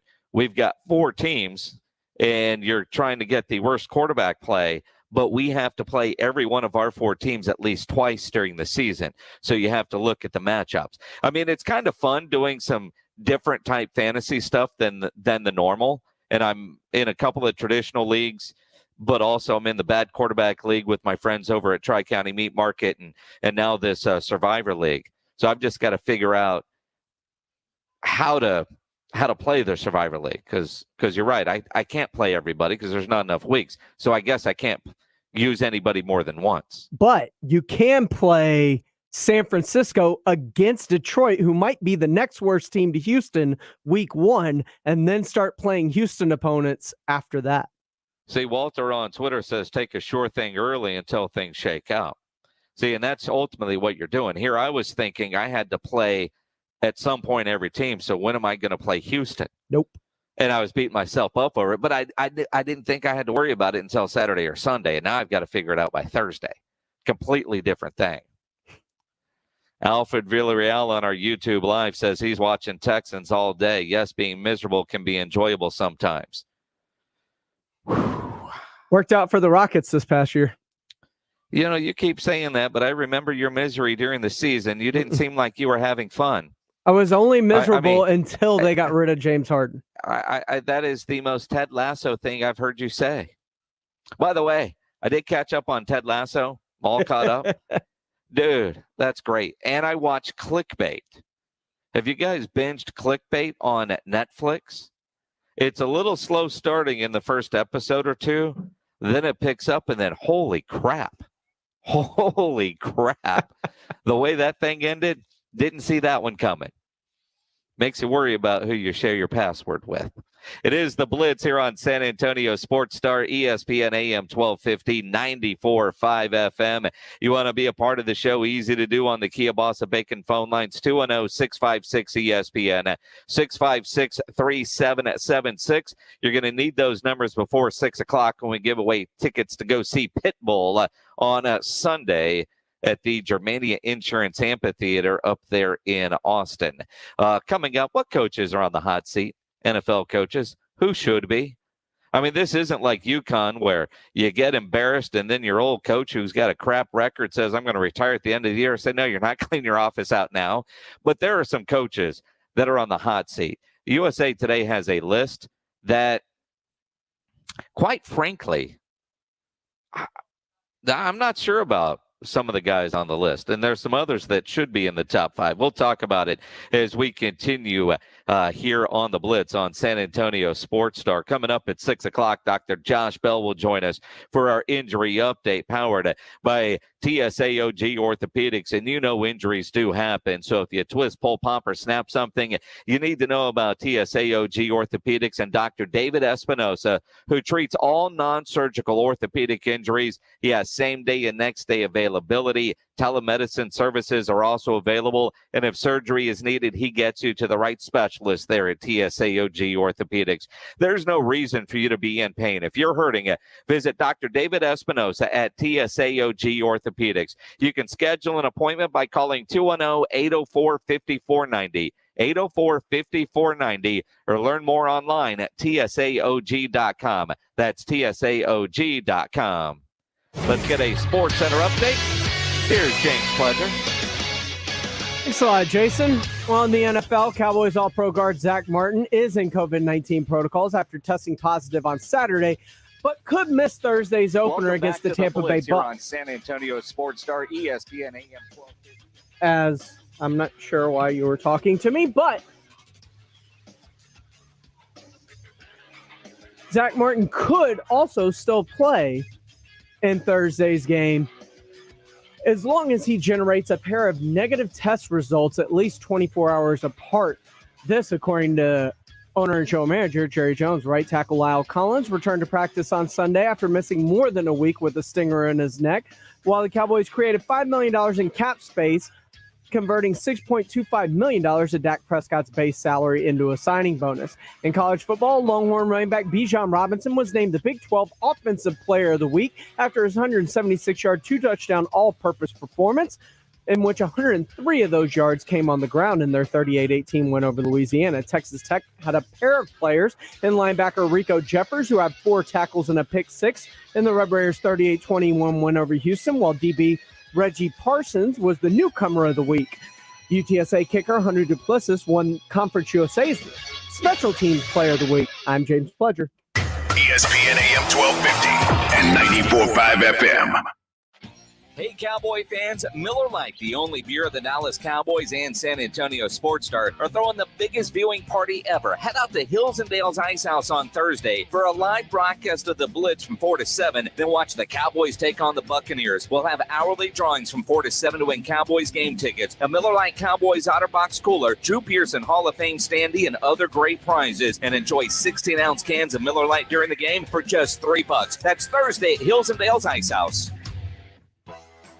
The San Antonio Sports Star is taking halftime on the road, headed to Twin Peaks this Thursday, September the 9th. We'll be covering the things Thursday night football and prepping you for the Cowboys and Buccaneers. And you have a chance to win Pitbull tickets, Natural Bridge Caverns tickets, and some Sports Star swag. So join us Thursday for lunch, noon to 2 at Twin Peaks on Days of Allah and I-10. That's Thursday, September 9th from noon to 2 at Twin Peaks on Days of Allah and I-10 with the Sports Star and ESPN San Antonio. Guys, stop what you're doing. Give me a few seconds of your time and let me give you a piece of advice that will change your love life forever. Have you noticed you've been losing a little pep in your step? Has your lady friend asked you, is everything okay? Do you find yourself having trouble rising for the occasion? Do you stress out before that special moment and wonder, is it gonna work? Guys, I'm going to let you in on a big secret. You don't ever have to worry again. The Mojo Meal Enhancement Formula has you covered. Mojo is the 100% guaranteed meal enhancement formula that guarantees lasting success, if you know what I mean. The Mojo Meal Enhancement Formula is safe, natural, and effective every single time, guaranteed.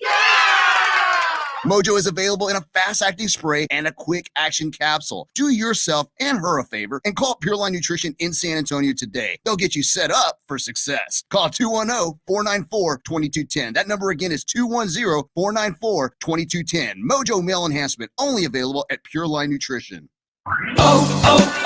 O'Reilly. Get more miles on the road with O'Reilly Auto Parts. A clean fuel system means better gas mileage for your car. Right now at O'Reilly Auto Parts, get 2 bottles of Lucas Fuel Injector Cleaner for $8. Plus, earn double O Rewards points. For a clean, lubricated, more fuel-efficient system, stop by O'Reilly Auto Parts today or visit O'ReillyAuto.com.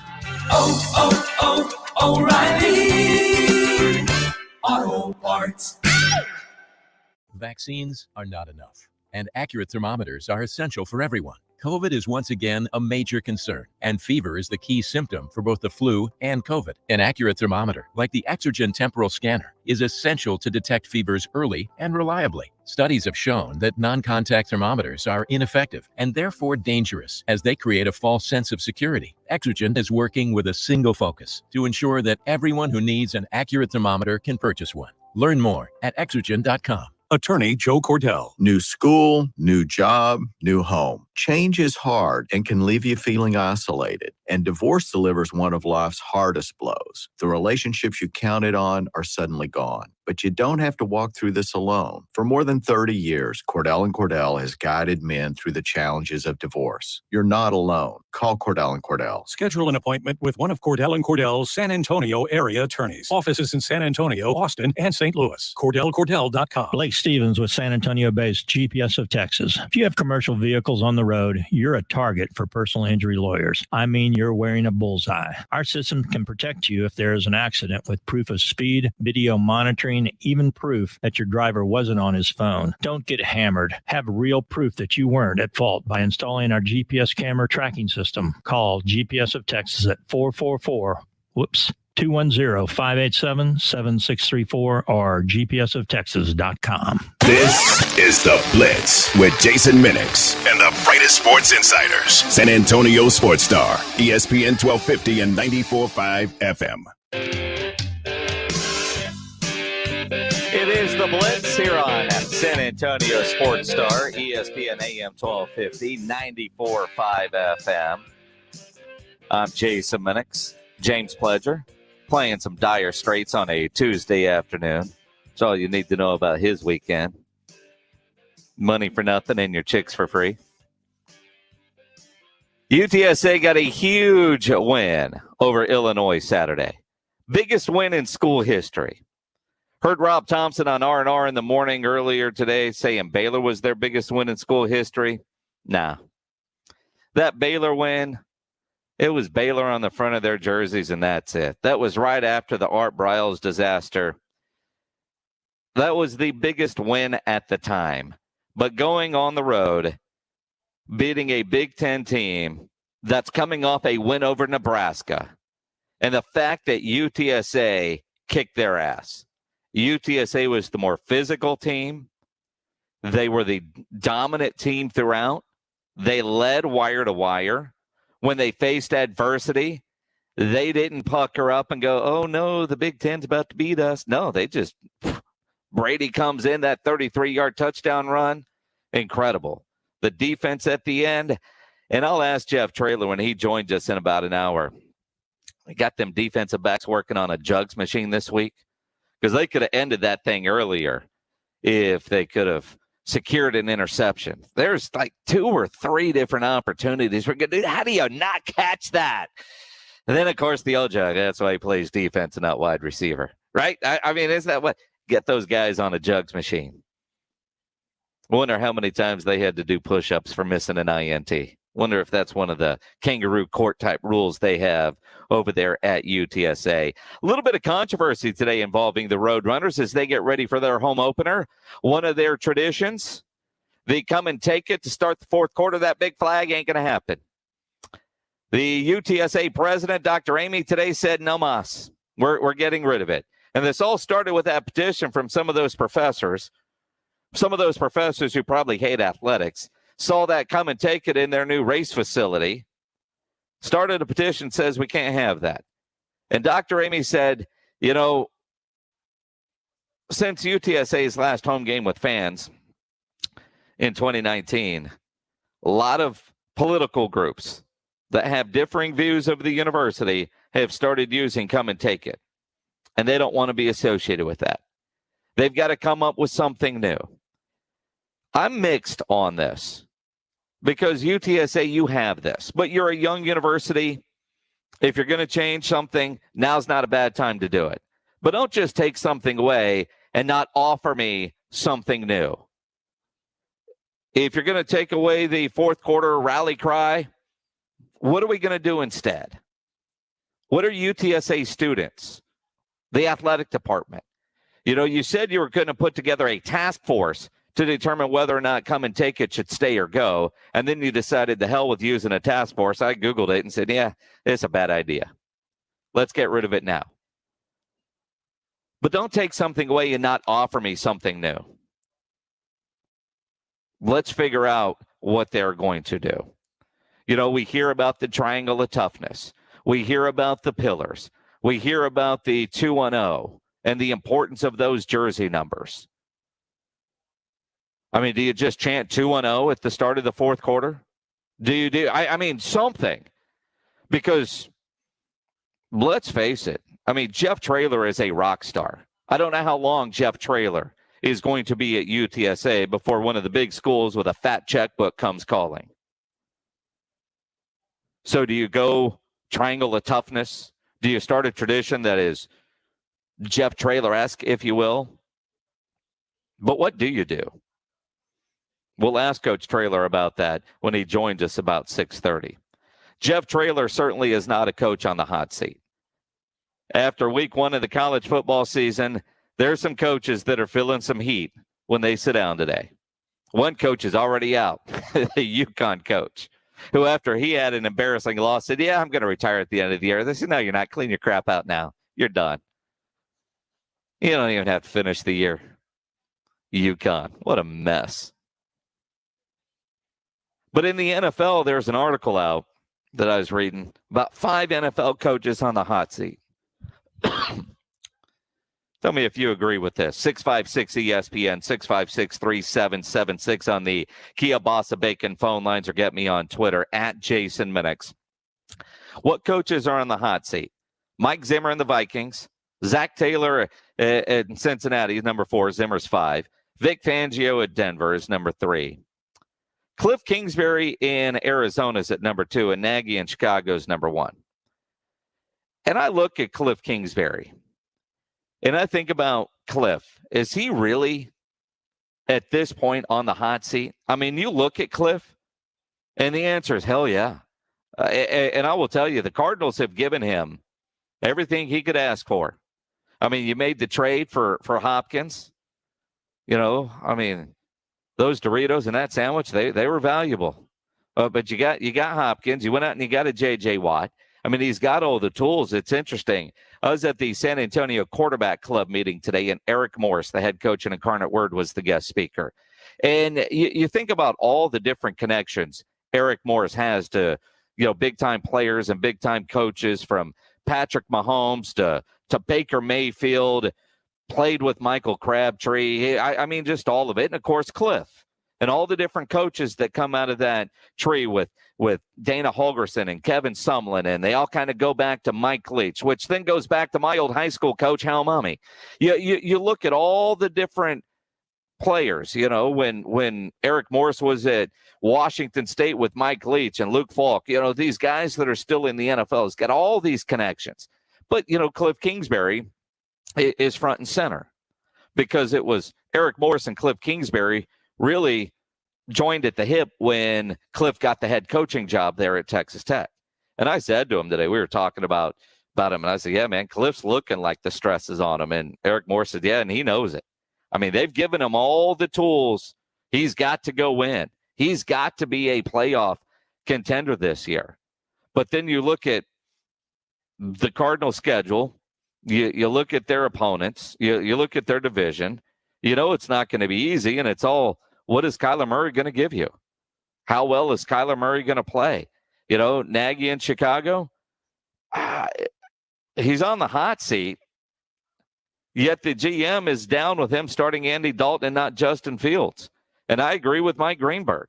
If Justin Fields is your number 2 quarterback and is one play away from starting, if he is ready enough to be one play away, then why is he not starting day one? Or Nick Foles is your number 2. I mean, when you look at it from that, you know, I agree with Greeny there. Fangio in Denver, man, he's just holding space right now. Zach Taylor, you know, it's funny, it's Cincinnati, and you go, yeah, you know, but you look at his overall record, but, you know, we've seen them grow under Joe Burrow. Zimmer to me is kind of like Jason Garrett, man, for whatever reason. No matter how good things are, how bad things are, it just seems like for Zimmer, he's going to be there. But I do think that you've got to put Mike McCarthy on this list. I know it is year 2 for Mike McCarthy, and in some ways, year 1. I do think there is a bit of a mulligan for last year for Mike McCarthy with COVID, no training camp, all the injuries they had. But the expectation that Jerry Jones has for this team, for as good as this team can be, his belief in Mike McCarthy, his belief in new DC Dan Quinn. You look at the expectations for the Cowboys, whether you agree with them or not, whether you think they're an 8 or 9 win team or you think they're a 10, 11, 12 win team. I know Jerry Jones wants to win more than anything. He knows he kept Jason Garrett around too long. I don't know that he'll keep Mike McCarthy around long enough because Jerry wants to win another Super Bowl before he dies. And I know that, you know, sitting a couple of feet away from him in Oxnard, California, when he was on the Blitz, or when we saw him, you know, at his party that he threw for us out at Nobu, Jerry ain't getting any younger. And, you know, I kind of went through this with my dad. You go from being your dad to being a little old man pretty quick. And Jerry Jones, you know, I didn't see him at all last year in person because COVID and we didn't go to training camp. But I've been around Jerry Jones enough through the years. Jerry Jones has made that transition from what you expect to little old man. Now he's not quite like complete, you know, and those of us that have gone through that with your parents, with your dad, you know what I'm saying? But, you know, he's not as fast. He's not as, you know, his mind is still there, but just the way he's walking around and, you know, you see him or, you know, my goodness, I mean, seeing him when we did the interview, I mean, we posted the photos, man. I can't tell you how many people commented on, geez, man, what the hell happened to Jerry? You know, but then when you see him all cleaned up, you know, and clearly, you know, when he's dressed up for a party, he still looks good. But Jerry has turned into that little old man. And he's been so reflective. He was so reflective during training camp because I think he realized time is short. Time is precious. And he's realizing the end is a lot closer than it used to be. He wants to win something fierce. He's given Mike McCarthy all the tools. You got a healthy Dak Prescott. You've got those wide receivers, a wide receiver core that Bruce Arians says may be the best in the NFL. And I look at what Tampa Bay has, and I think they might have the best in the NFL. And I don't think Bruce Arians said that just to blow smoke up the Cowboys' ass as they get ready to play in the season opener. Cowboys receivers are that good with Cooper Gallup and CeeDee Lamb. And CeeDee Lamb might end up being the best of the three. You know, Amari Cooper is one of the top receivers in the league, but he ain't going to be a part of this team much longer because you're going to pay Gallup, you're going to play, you know, and you got Zeke, who looks good. You got an offensive line ready to. I got to believe that if the Cowboys have a season where they fall flat on their face and they don't make the playoffs, Mike McCarthy's gone. I do not think Jerry Jones is going to be patient with Mike McCarthy. Bit of a mulligan last year. COVID, injuries.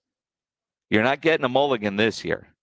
at least as we sit here on the 7th day of September, 2 days before the opener.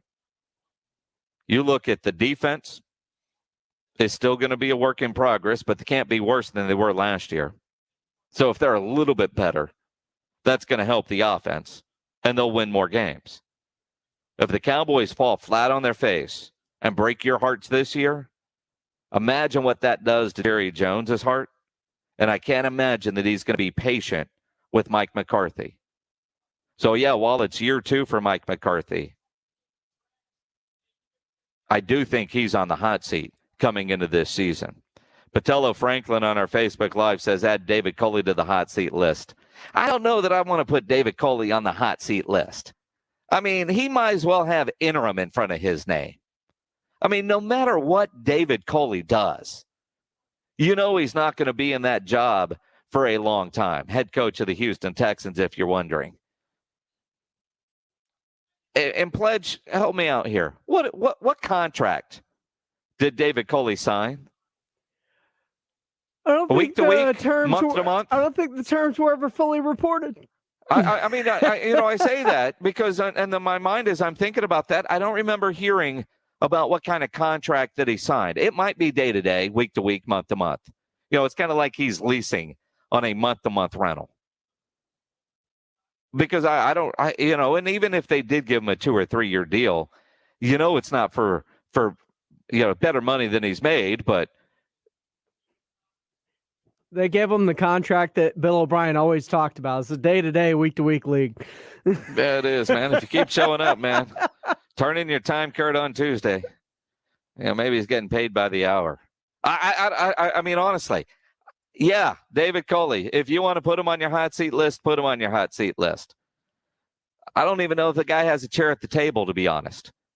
I don't think anybody is looking at David Culley for long term. He's Bo Porter with the Houston Astros. It was a 5-year deal? It's a 5-year deal according to Tom Pelissero.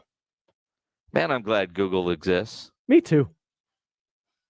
I think it was a 1-year deal with 4-year team options if it was a 5-year deal.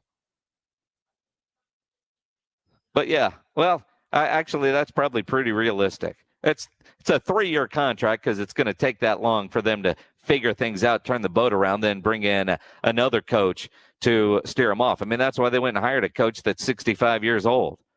I mean, he's finally getting his opportunity because they know it's a short-term job. Why give that to a young coach and ruin him and his reputation early? I mean, how short-term is it really? How short-term is what? What, you think that rebuild's only going to take a couple years? I'm saying you get the draft capital that Deshaun Watson's going to get you, and Nick Caserio. I mean, yeah, I think Nick Caserio has an opportunity to really turn this thing around. I like what Nick Caserio has done with the cards that he was dealt after he took the job and the guys that he brought in. They know they're not going to be very good. They're not trying to win because they want high draft picks. And he's got Deshaun Watson still. He could have traded him for less value, but said, no, if I'm going to rebuild this thing the right way, I need max value for Deshaun Watson. And there's a gamble in there because if Deshaun Watson gets convicted and has to go to jail, now you get nothing in return. But he's willing to roll those dice. And yes, didn't see who wrote it. Fire Easterby. Yeah, that needs to happen. Certainly does. You know what else we need to do? We got to give away some Pit Bull tickets. Pledge is going to figure out how we're going to give away those Pit Bull tickets, and we will do that before 6 o'clock. It's 5:52 now, so we will do that next. Jeff Traylor, the UTSA head coach, he will join us coming up at 6:30. Jason Minix here for Ancira Chrysler, Jeep, Dodge, and Ram truck, part of the Ancira I-10 Auto Complex. If you're shopping for a new vehicle, you know there's no better place to go than Ancira, and I can tell you firsthand because I am a long-time Ancira customer. Through the years, I have bought many vehicles from Ancira. Ansira, and it's because of their great customer service before, during, and most importantly, after the sale. That is why Ansira has been a great family-run dealership in San Antonio for decades. They're going to make sure you're getting the vehicle you want with all the options and features that you're looking for. They'll give you great value on your trade-in, the best rebates and financing options that are available, and price made Ansira number one. Price keeps Ansira number one. So think Ansira. And if you think Ansira in the month of September, you're going to score a couple of tickets to a UTSA football game when you get a newer pre-owned vehicle from Ansira in the month of September. So go see them at Ansira Chrysler, Jeep, Dodge, and Ram Truck, part of the Ansira I-10 Auto Complex on I-10 West between Wurzbach and Huebner. The NFL season starts here as the Dallas Cowboys meet up with Tom Brady and the Super Bowl champion Tampa Bay Buccaneers.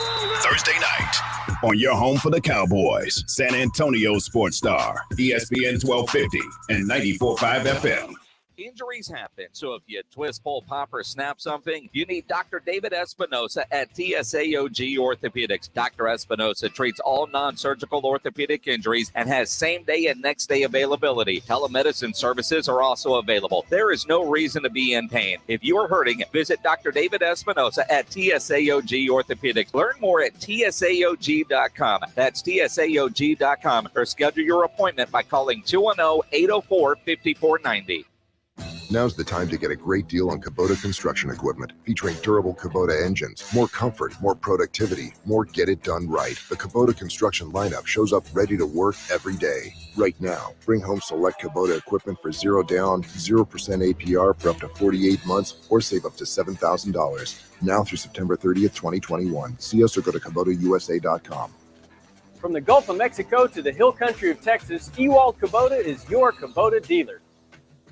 Listen to this station anytime, anywhere on Odyssey. Odyssey is your new audio home for all the music, news, sports, and podcasts that matter to you.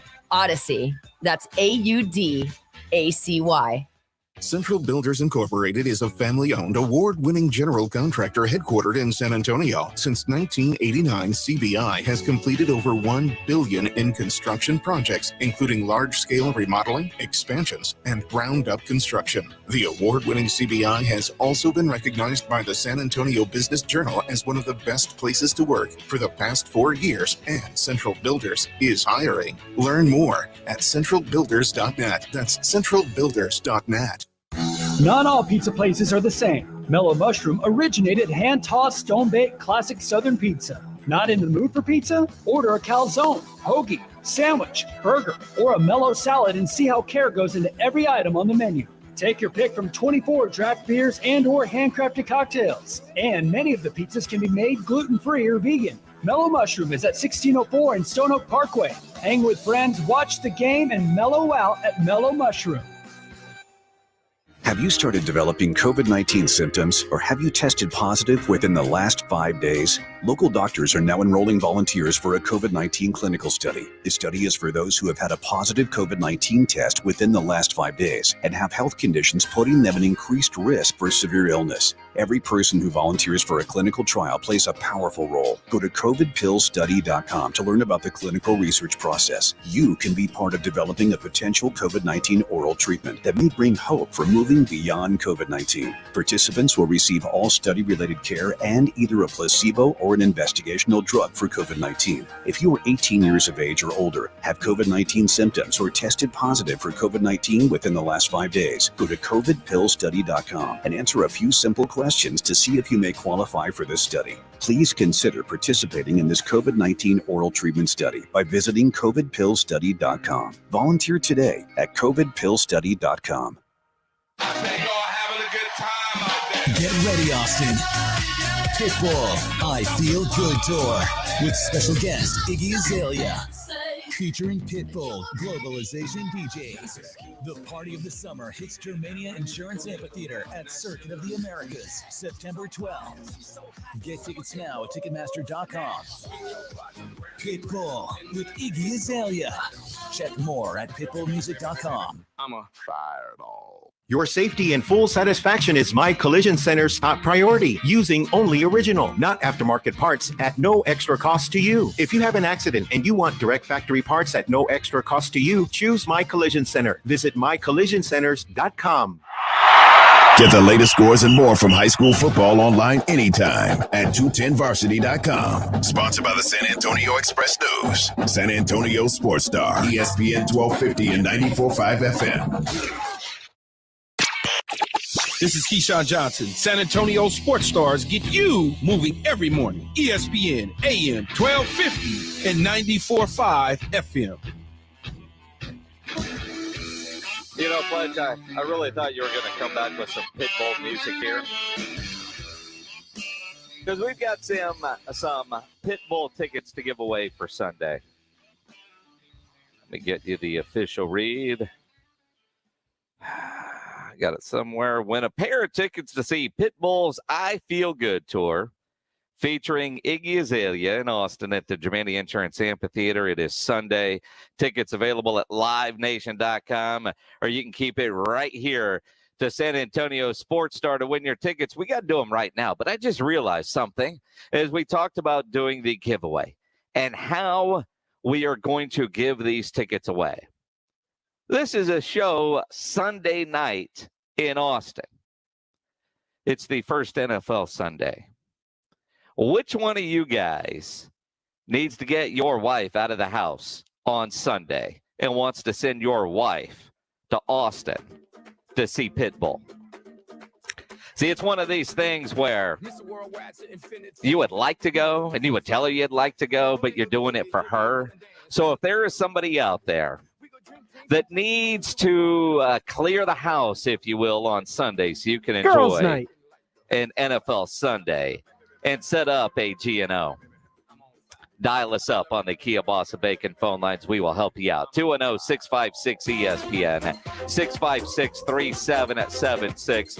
Pledge, what I want to do here is I want to talk to these guys. So we'll line them up, figure out who's got the most desperate story to be able to win these tickets. And maybe if you want to go, you can go. We'll make fun of you, but you know, I mean, you're winning the tickets. You can go. 656-ESPN, 656-3776 on the Kia Bossa Bacon phone lines. And I'll tell you what, that Kia Bossa Bacon, fantastic in the morning. You know what else is? The Kia Bossa Smoked Meats Maple Breakfast Links that are now available at select HEB stores. If you haven't tried them, man, you are missing out. These breakfast links are a little sweet, a little savory, delicious, perfect as part of a nice weekend breakfast spread, or if it's a busy weekday morning like for me this morning, took 3 of them, microwave 45 seconds. They are perfect because they come fully cooked. All you have to do is heat them up and you've got a fantastic breakfast ready to go. And if you're on the keto diet thing, these sausage links are perfect. The maple breakfast links from Kia Bossa, available at select HEBs. Make sure you get yourself some Kia Bossa today. Every football season history is made. Prescott walks the dog. Touchdown. Every football season history is written. Perfect strike to Amari Cooper. San Antonio Sports Star has been alongside history as the exclusive voice of the Dallas Cowboys. Nobody knows the Cowboys as we do. Not even close. Catch every touchdown and every play here. Exclusively on San Antonio Sports Star. ESPN AM 1250 and 94.5 FM. Hey, Cowboy fans, Miller Lite, the only beer of the Dallas Cowboys and San Antonio Sports Star, are throwing the biggest viewing party ever. Head out to Hills and Dale's Ice House on Thursday for a live broadcast of the Blitz from 4 to 7. Then watch the Cowboys take on the Buccaneers. We'll have hourly drawings from 4 to 7 to win Cowboys game tickets, a Miller Lite Cowboys OtterBox cooler, Drew Pearson Hall of Fame standee, and other great prizes. And enjoy 16-ounce cans of Miller Lite during the game for just $3. That Thursday at Hills and Dale's Ice House. If you can't sleep because of annoying knee pain, that's a problem. If you stop running because your feet always hurt, that's a problem. If your elbow, shoulder, and neck pain make it impossible for you to do your job, that is a problem. And it's time to finally do something about it. I'm Dr. Jason Garrett from Arasti. At Arasti, we fix pain fast. No medications, no injections. Arasti treatment is completely natural and non-invasive. Plus, we accept most insurance plans. There's a location near you. Visit Arasti.com. That's AIRROSTI.com. Arasti, we fix pain fast. Is your prostate waking you up more often than your alarm clock? The fact is, the older you get, the more likely you'll have prostate problems, which can affect your everyday life. That's where Prostate Complete by Real Health comes in. Prostate Complete is the result of 20 years of experience as a leader in men's health. The powerful formula in Prostate Complete supports natural prostate function and reduced urinary urges for a better quality of life. Available at Walmart. Visit prostateoneperday.com for special offers. These statements have not been evaluated by the FDA. This product is not intended to diagnose, treat, cure, or prevent any disease. I'm Serena Williams. You watch me live on TV. And I'm that voice from movies you watch on demand. DirecTV Stream brought us together to save the world. Maybe not save the world, but DirecTV Stream does bring your live and on-demand favorites together. Your favorites together. I just said that. She just said that. Introducing DirecTV Stream, the best of live TV and on demand with no annual contract. Get your TV together at directv.com. Requires high-speed internet and compatible device. Content varies by package and location. Restrictions apply. Now's the time to get a great deal on Kubota construction equipment, featuring durable Kubota engines, more comfort, more productivity, more get it done right. The Kubota construction lineup shows up ready to work every day. Right now, bring home select Kubota equipment for 0 down, 0% APR for up to 48 months, or save up to $7,000. Now through September 30th, 2021. See us or go to KubotaUSA.com. From the Gulf of Mexico to the hill country of Texas, Ewald Kubota is your Kubota dealer. One team, one mission. KZDC, San Antonio Sports Star, ESPN, AM 1250 and 94.5 FM.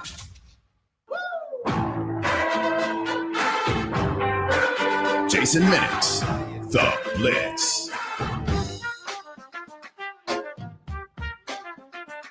It is The Blitz here on San Antonio Sports Star, ESPN AM 1250, 94.5 FM. Glad to have you along on a Tuesday afternoon. I'm Jason Minix on Twitter at Jason Minix. You can dial us up on the Kia Bossa Bacon phone lines.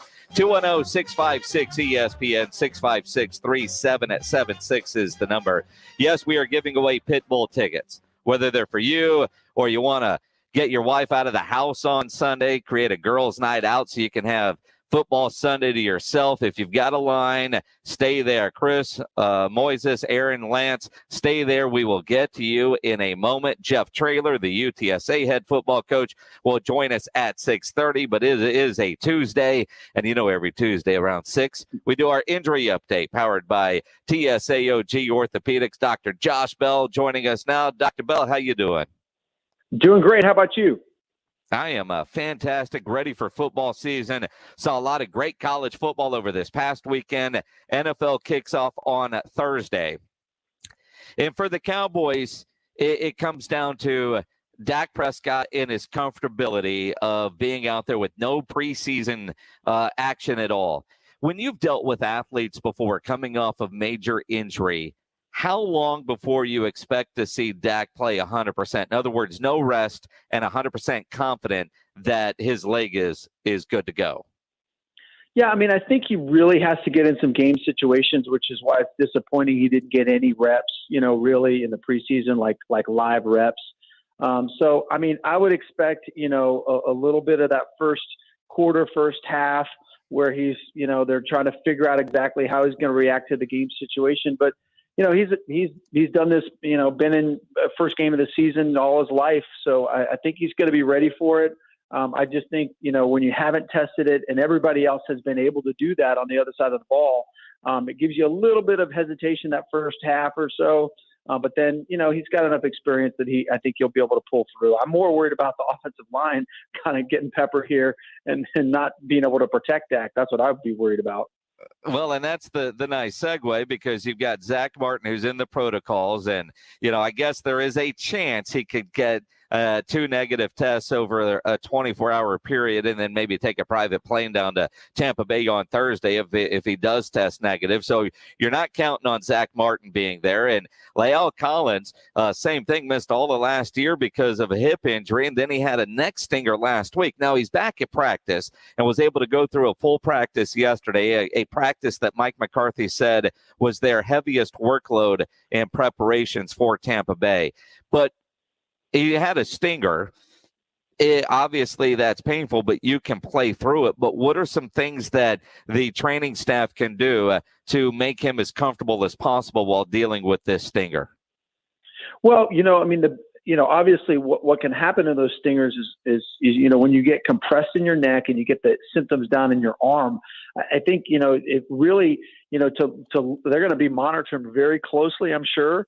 I think they can put him in some positions that I don't know what exactly is bothering him with his neck, whether it's looking to the right or to the left, but just some of the protections they can do to sort of protect, his neck. And obviously they've got a quick plan in place because they're kind of expecting that he might miss a little time or not be ready to go. So I'm sure they have their backup situation ready. That just unfortunately complicates it for the offense just to kind of mix someone else in. But, I think they're just going to have to look and see what kind of protection schemes he's going to be able to handle. And I'm sure they know that from the last practice.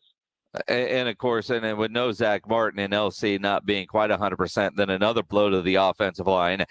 Josh Ball, as we visit with Dr. Josh Bell, they put him on injured reserve. He had that ankle sprain, a high ankle sprain in the preseason, and injured reserve. He's going to be out at least several weeks. I think eligible to return to practice in week 4 into a game in week 6.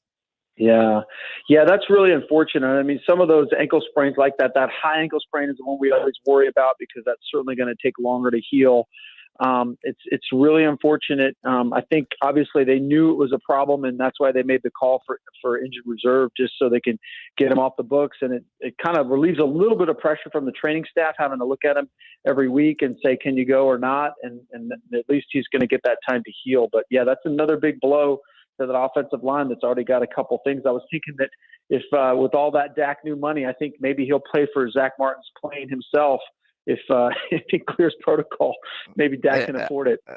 Yeah, I think Dak can, and if certainly not, Jerry can, or pick him up down at the coast, take that yacht down to Tampa Bay and pull in that way. That'd be one hell of an arrival, but he'd have to leave yesterday. I look at Josh Ball and that ankle injury, and I don't know if going on injured reserve was more of an administrative move just to be able to free up the roster spot for several weeks, which is certainly a possibility, or being out that long with a high ankle sprain. Because he's an offensive lineman, he's carrying a little bit more weight. Does that affect situations in recovery with a high ankle sprain, or is it just like anybody else dealing with a high ankle sprain? Yeah, I mean, I think it probably does if you look at kind of, what his job is. I mean, these guys are carrying around 300 pounds on their frame, and they're going back and forth and kind of pivoting and stuff like that. So I do think it has something to do with it because, if you look at guys, we talk about the wide receivers sometimes having a hamstring pull or kind of, a groin injury, and those guys are trying to be explosive off the ball. Where if you had an offensive lineman with something like that, you can kind of protect them a little bit more. Not that they don't have to be explosive, but they don't have to get into an all-out sprint. So I do think the injury, you kind of can protect it in certain areas. But I think for a big guy like that, I mean, they're all about it's all lower body work. I mean, they have to have strong upper bodies, but it's all about the footwork for all of these guys. And so ankle sprain that he can't really pivot off of would be really hard to block anybody in the NFL. Dr. Josh Bell from TSAOG Orthopedics with us here on San Antonio Sports Star, ESPN AM 1250 and 94.5 FM. It's our weekly injury update. And Doc, most of us had fantasy drafts over the weekend, and, a guy like Saquon Barkley is going very high, coming off his devastating knee injury from a year ago. The reports out of New York say as the Giants get ready to open up against the Denver Broncos that he's going to have a limited workload. He'll share time. If you're healthy and ready, do you need the limit? What's the medical reasoning for easing Saquon back in? He's either ready or he's not. Yeah, I agree with you in general. I think when you're bringing back an athlete of that level I don't remember the number of snaps. I think it was in the 80% his first 2 years. So he was in there all the time. So, it's when you're the ready or not, I agree, but just kind of getting back into the real NFL game shape. I think they're just afraid that if they just pull the Band-Aid off all the way and something happens, they're going to look back and say, why didn't we bring him in a little slower? I agree with you. In general, I think you're either ready or you're not, but I think it's really hard when you have a talent like Barkley. I mean, if Barkley was out, one of my fantasy teams is in trouble, I can tell you that. but the New York Giants are in big trouble if he goes out. So I think there's just a little more caution with an athlete like that, and just kind of the explosiveness that he has. He played 83% of the snaps over his first 2 years for the Giants, and finally got into pads last week. So my thinking is just set him out week 1. And I don't have him in my fantasy business, and I don't think I'm playing him. So I don't dog in the fight, but I don't like the idea of easing you back in. I just think that's, if you're not, you're either going or you're not. You got to go run your offense. Yeah, I think I agree with you. I think it's a tough call. I don't, again, that training staff, New York Giants training staff, I'm sure they're very aware of kind of what they think he can do and can't do. So, there's a lot more that goes into that than just, kind of being able to see him day in and day out. I'm sure the training staff has a good idea, and sometimes they're head faking the other team as well. So it could be a lot of things in there, but I agree with you. You're either ready or you're not. It's too bad that he didn't get much pad time before, first week of the season, but that's how it went for him.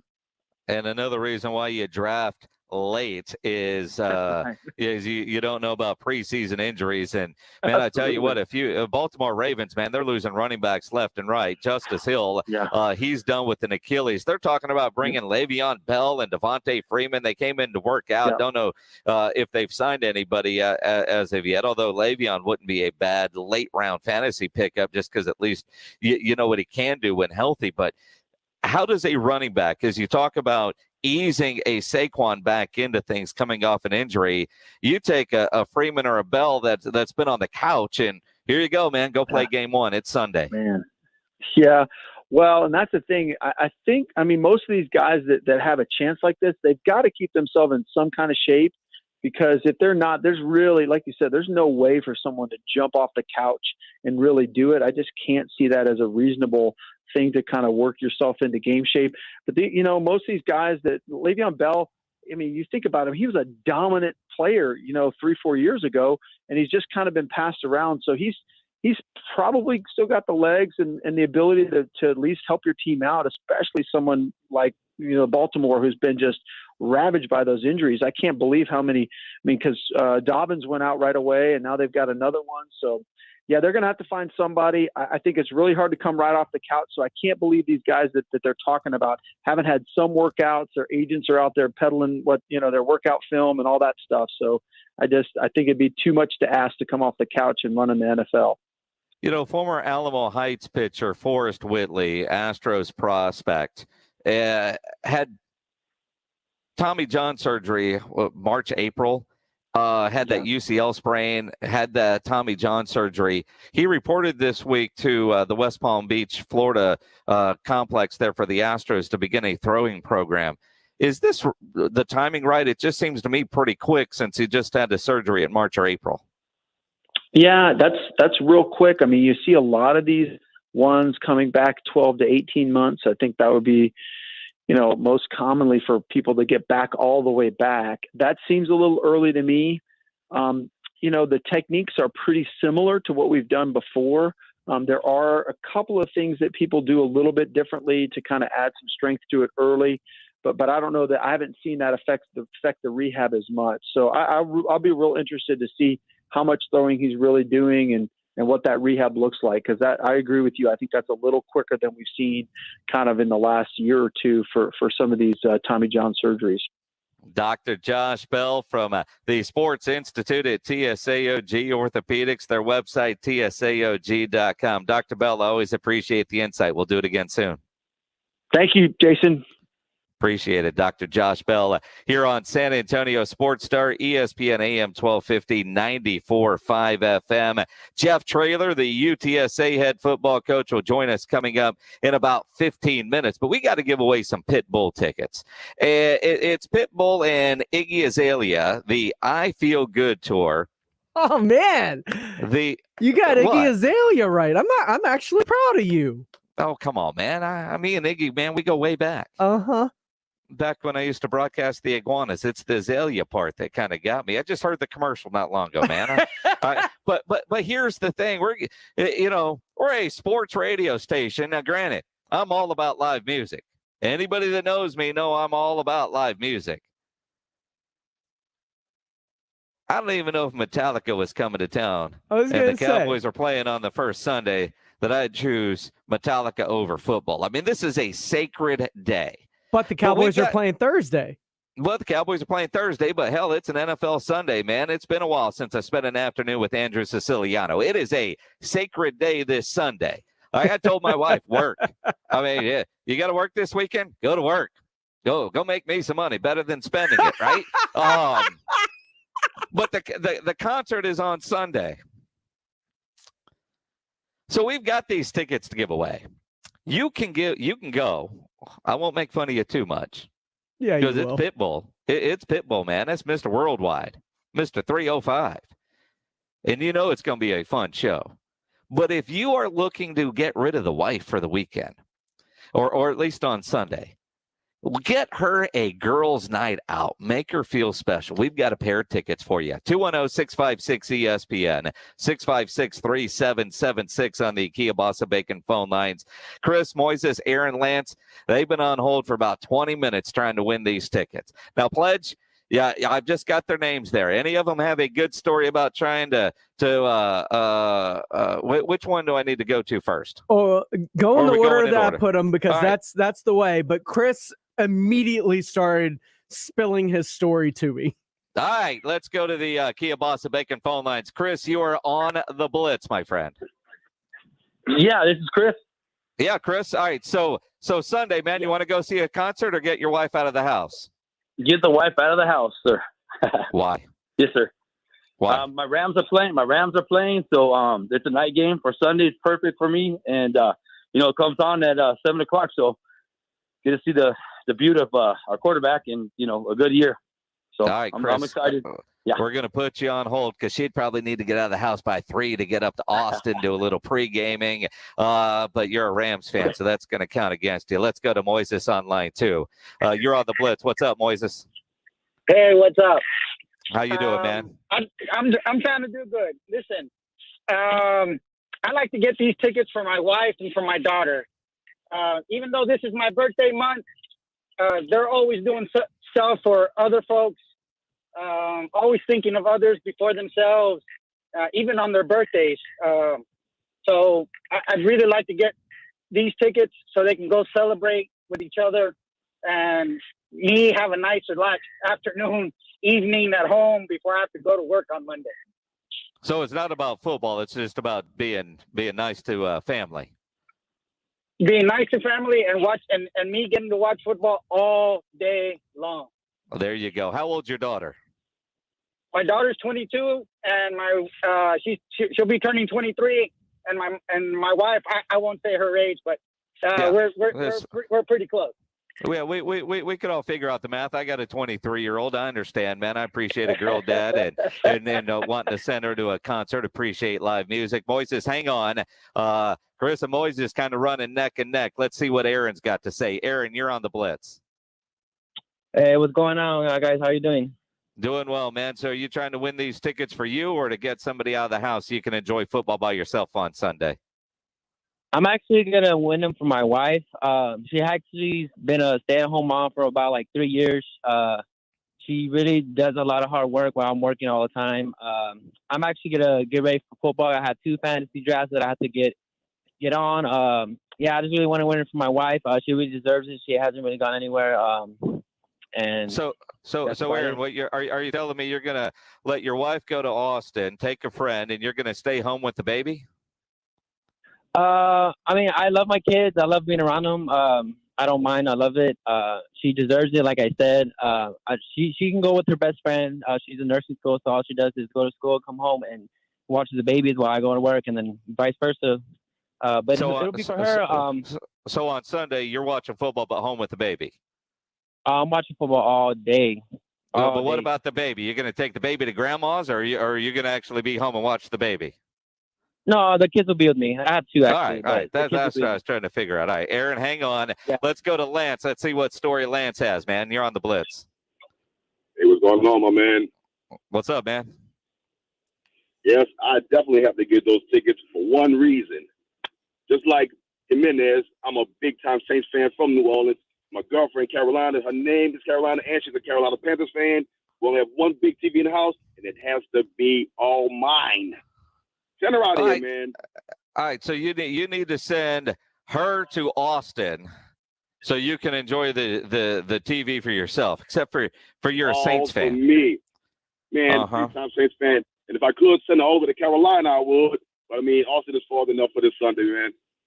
All right, let's put Lance on hold. Pledge, who do you like in there? I mean, all of them are good. Sure. Some are for selfish reasons. Except Lance. No, they're all selfish reasons. I mean, I don't know. Yeah. Moises seem kind of selfless. No, I mean, selfless and selfish is the same thing when it comes here. You're being selfless by giving tickets so somebody else can go enjoy something, but selfish because we really just want you out of the house so we can watch football alone. You see where I'm going with that? Jan Chris is a Rams fan. Lance is a Saints fan and Panthers fan. So I think lines 1 and 4 eliminated. It's between Moises and Aaron. Yeah. Because I thought the fact that his team was playing at night was a really good reason for Chris to want to get them out of the house. You're trying to sell me on yeah, but he's forced to watch the Bears, man. I don't know. Who do you pick the winner, man? Oh, you're putting this on me. I am. Because I tried to eliminate one and you defended it. So, I mean, you want to go with Chris because they at least have the Sunday night game, which makes sense. I'm down with that because he'd have to leave about 3. Mm-hmm. Maybe even earlier because you got a pregame in Austin. You have to. So you want to go with Chris? You could override me. It's all right. I don't mind. I know you got to make a decision, man, because we got to go to break. Jeff Traylor's coming up, man. You can't think about this too long. It's not that difficult. Make a decision and go. All right.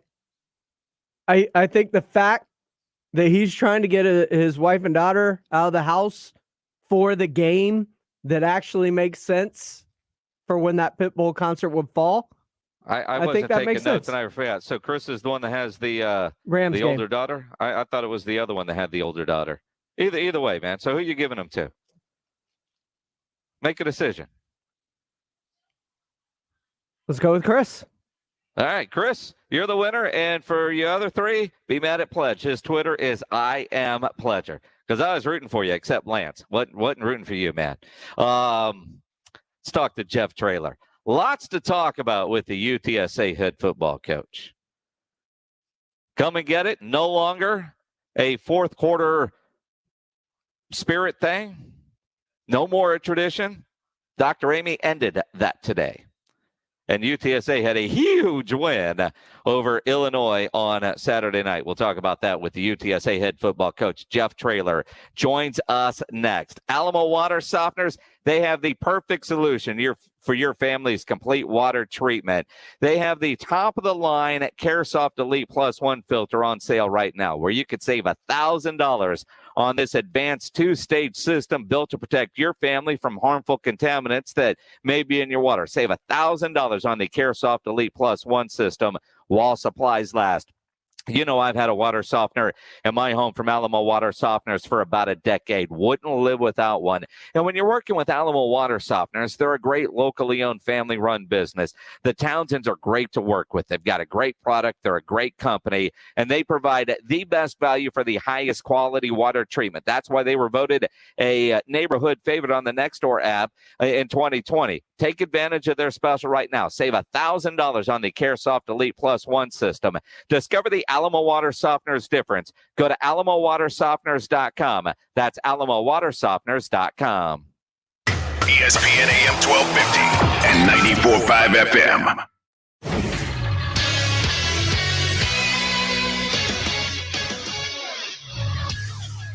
Both Texas teams were victorious in Major League Baseball last night. The Houston Astros returned to Minute Maid Park to host the Seattle Mariners. The AL West leading Astros took Game 1 of a 3-game series and 6-game homestand 11-2 over Seattle. Lance McCullers got the win for Houston in 6 innings pitched, backed by plenty of run support, including a 6-run Astros half of the second inning. That included a 3-run homer by Jake Myers.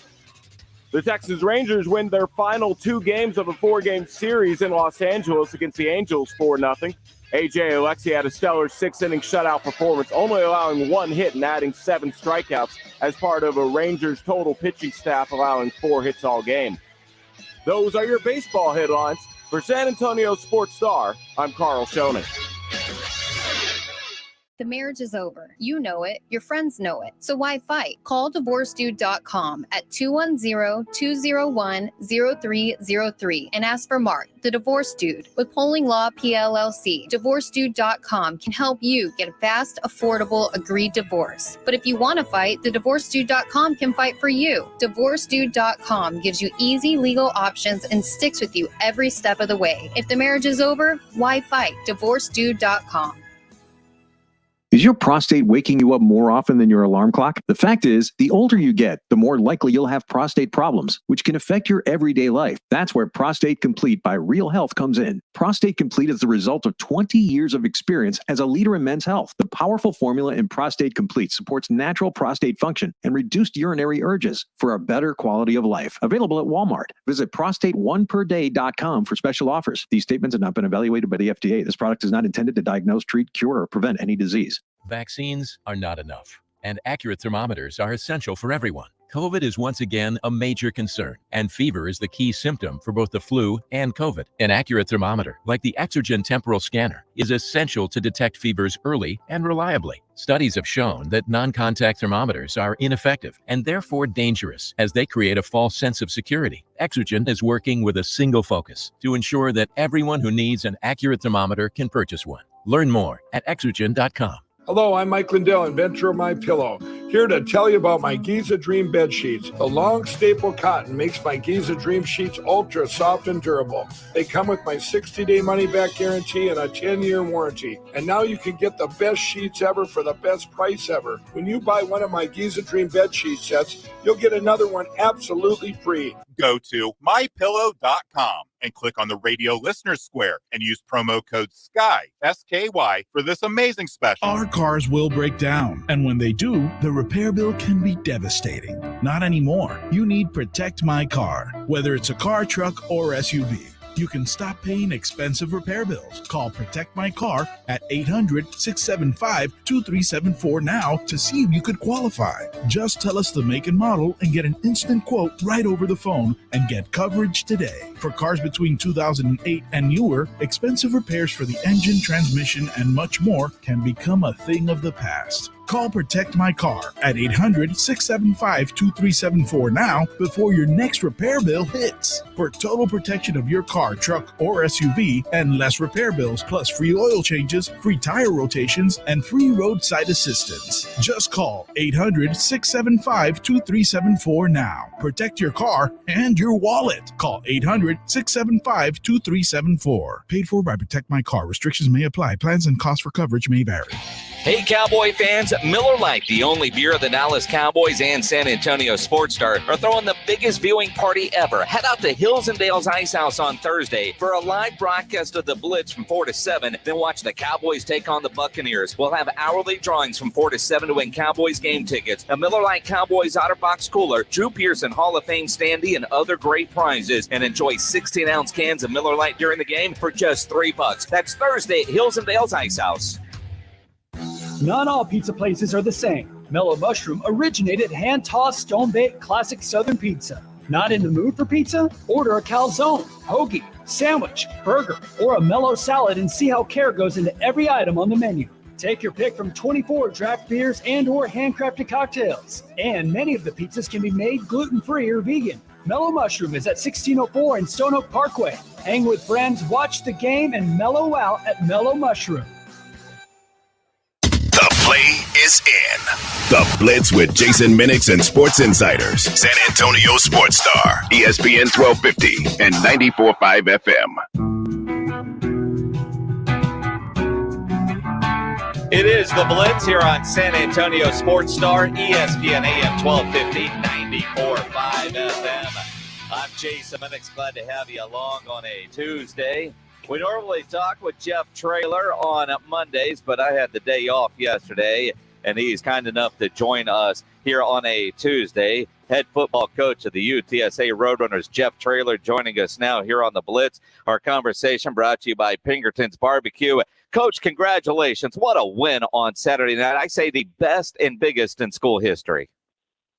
Thanks, Jason. Appreciate you having me on. Yeah, it was a great time up there. It was fun. It was a lot of fun. And before we get into the game itself, UTSA is making some news today with the football program, with Dr. Amy saying that the come and take it flag, that tradition at the start of the fourth quarters is going away. The phrase on merchandise and on buildings, playing fields is also going to be taken away. And I understand which way, where he's coming from. I don't necessarily know if I agree with it. But if you're going to take something away, what's going to be the replacement, the solution? Offer me a solution to a problem. What do you think now that you get to build some new traditions? What would you like to see as the head coach? I just found out about it at noon. So I haven't even had a chance to speak to my players about it yet. I did read in the email that Dr. Campos is in charge of getting that together. I know how she is. I'm sure she'll get some players' input, boosters' input, students' input. I'm sure she's already getting a task force together working on that. I just got too much to worry about. I got to make sure my guys are ready to go. We do know how passionate our fan base is about that. They've made that obviously clear to me today. But I also understand the president has been put in a tough position. So we'll support the president, control what we can control, try to put a really good product on the field Saturday so our fan base will bring us great energy and help us like Illinois' fan base help them Saturday. Certainly. And if I'm reading that right, you want me to just talk about football and not this, right? It's your show. I'm just glad to be on it. Thank you, Jason, for having me on. I appreciate it. Look, man, I will ask this. Did you know this was coming, or you got an email and went, well, crap? I found out at noon. Actually, that's not true. Our SID let me know right after 11 or so that the president had made this decision. And we got through practicing, right about 10:15 or 10:30. So I haven't seen my kids yet. We'll meet in the morning. We start at 5:40 getting taped. I'll get my leadership council in here, fill them in on the president's decision, and get their opinions so I can get back with Dr. Campos and just let her know how those guys are feeling. It's certainly an interesting time, and I didn't expect it today. I think most of us didn't. That might have been the biggest bombshell is he decided no more task force, which he said he was going to put together, and just made the decision. And, like just, all right, let's figure out what's next. Offer me a solution, and I'm sure there'll be some interesting stuff that we'll see Saturday inside the Dome for Lamar. And coming off of that big win at Illinois, and I said earlier, I think this is the biggest win in UTSA football history, far bigger than the Baylor win because, let's be honest, when UTSA beat Baylor, it was Baylor across the front of their jerseys, but with everything that Baylor was going through, that wasn't the same Baylor team. You guys went into Champaign on Saturday night and punched them in the mouth, kicked their butt from start to finish. Yeah, that's what I was most proud of as we led from start to finish. Every time they would counterpunch or body us, we bounced back. The one turnover we had, we turned it over deep in our own territory. Our defense went out there and 3 and out, 3rd and 2, very physical tackle in the backfield. They have an amazing kicker that knocked it through, but to hold those guys to 3 points, I thought was one of the biggest plays in the entire ball game. Your reaction there, and they even talked about it on TV, sometimes giving up a field goal is a win, and the way you celebrated holding them to just that field goal try, and it was. I mean, such a huge moment. I don't know, have you watched the copy of the TV broadcast yet, or do you ever do that? I always do, just to see what signals that they might could steal, that we might have inadvertently put on TV and what maybe ones I could pick up for future. So yes, I did hear that and watch that. But my kids know me. They knew what I was about, and that was a huge, huge deal by our defense. And we're going to celebrate when things go well for us. And when things don't go so well, I'm not going to be much different. I'm really not. Those kids put in a lot of work. And I'm their biggest fan, their biggest cheerleader on Saturdays. And Really appreciate the guys, what they gave me Saturday. They've done that for me now, Jason, 13 games in a row. They just show up every game, and I couldn't be more proud to be their coach, win or lose. Jeff Traylor, head football coach at UTSA, joining us here on the Blitz. It's one thing to hear it from a coach. It's another thing to see it in the first game. But you told me a week ago you were proud of the depth that you had throughout the program, especially with all your super seniors, the amount of San Antonio area kids that you have on that roster, and the physical nature in which you expected your football team to play. And they even talked about it on the broadcast. I know I'm biased watching it. You were the more physical football team on Saturday night on that football field. And your depth, I think, you mentioned Brady last week that, one gets all the attention, but Brady is a stud, and he had to come in and be the stud on Saturday night, and he was. Yeah, a lot of that credit goes to Ryan Philo. Our strength guy does a fantastic job of training those guys. Joe Price, our director of player personnel, does a great job getting me all lined up on who we should go recruit. And we recruited some really, really good players. We're 3 deep in a lot of spots. We've got starters behind starters behind starters. And, I'm so thrilled for Brendan. He's such a great human. He just exemplifies what our culture is about. Sincere was the first one out there to congratulate him. And, that's pretty special. You got Cibolo and you got Judson. It's a special time right now. And I just really hope that the Alamo Dome shows our kids how supported they are. Our kids want that desperately. And I hope we get that. Absolutely. And I appreciate that, whether it's by direction or on their own. So many of your players are tweeting, "Pack the Dome" on Saturday. And one of the things that I noticed on Saturday watching college football all day Saturday and Sunday, just seeing those crowds, the passion that college football offers us as sports fans. I know I missed it. Coach, I didn't realize how much I missed it until I was watching it Saturday and seeing how college football brings all these people together. Well, I don't think there's ever been a time in our history that we've been this divided on so many different things.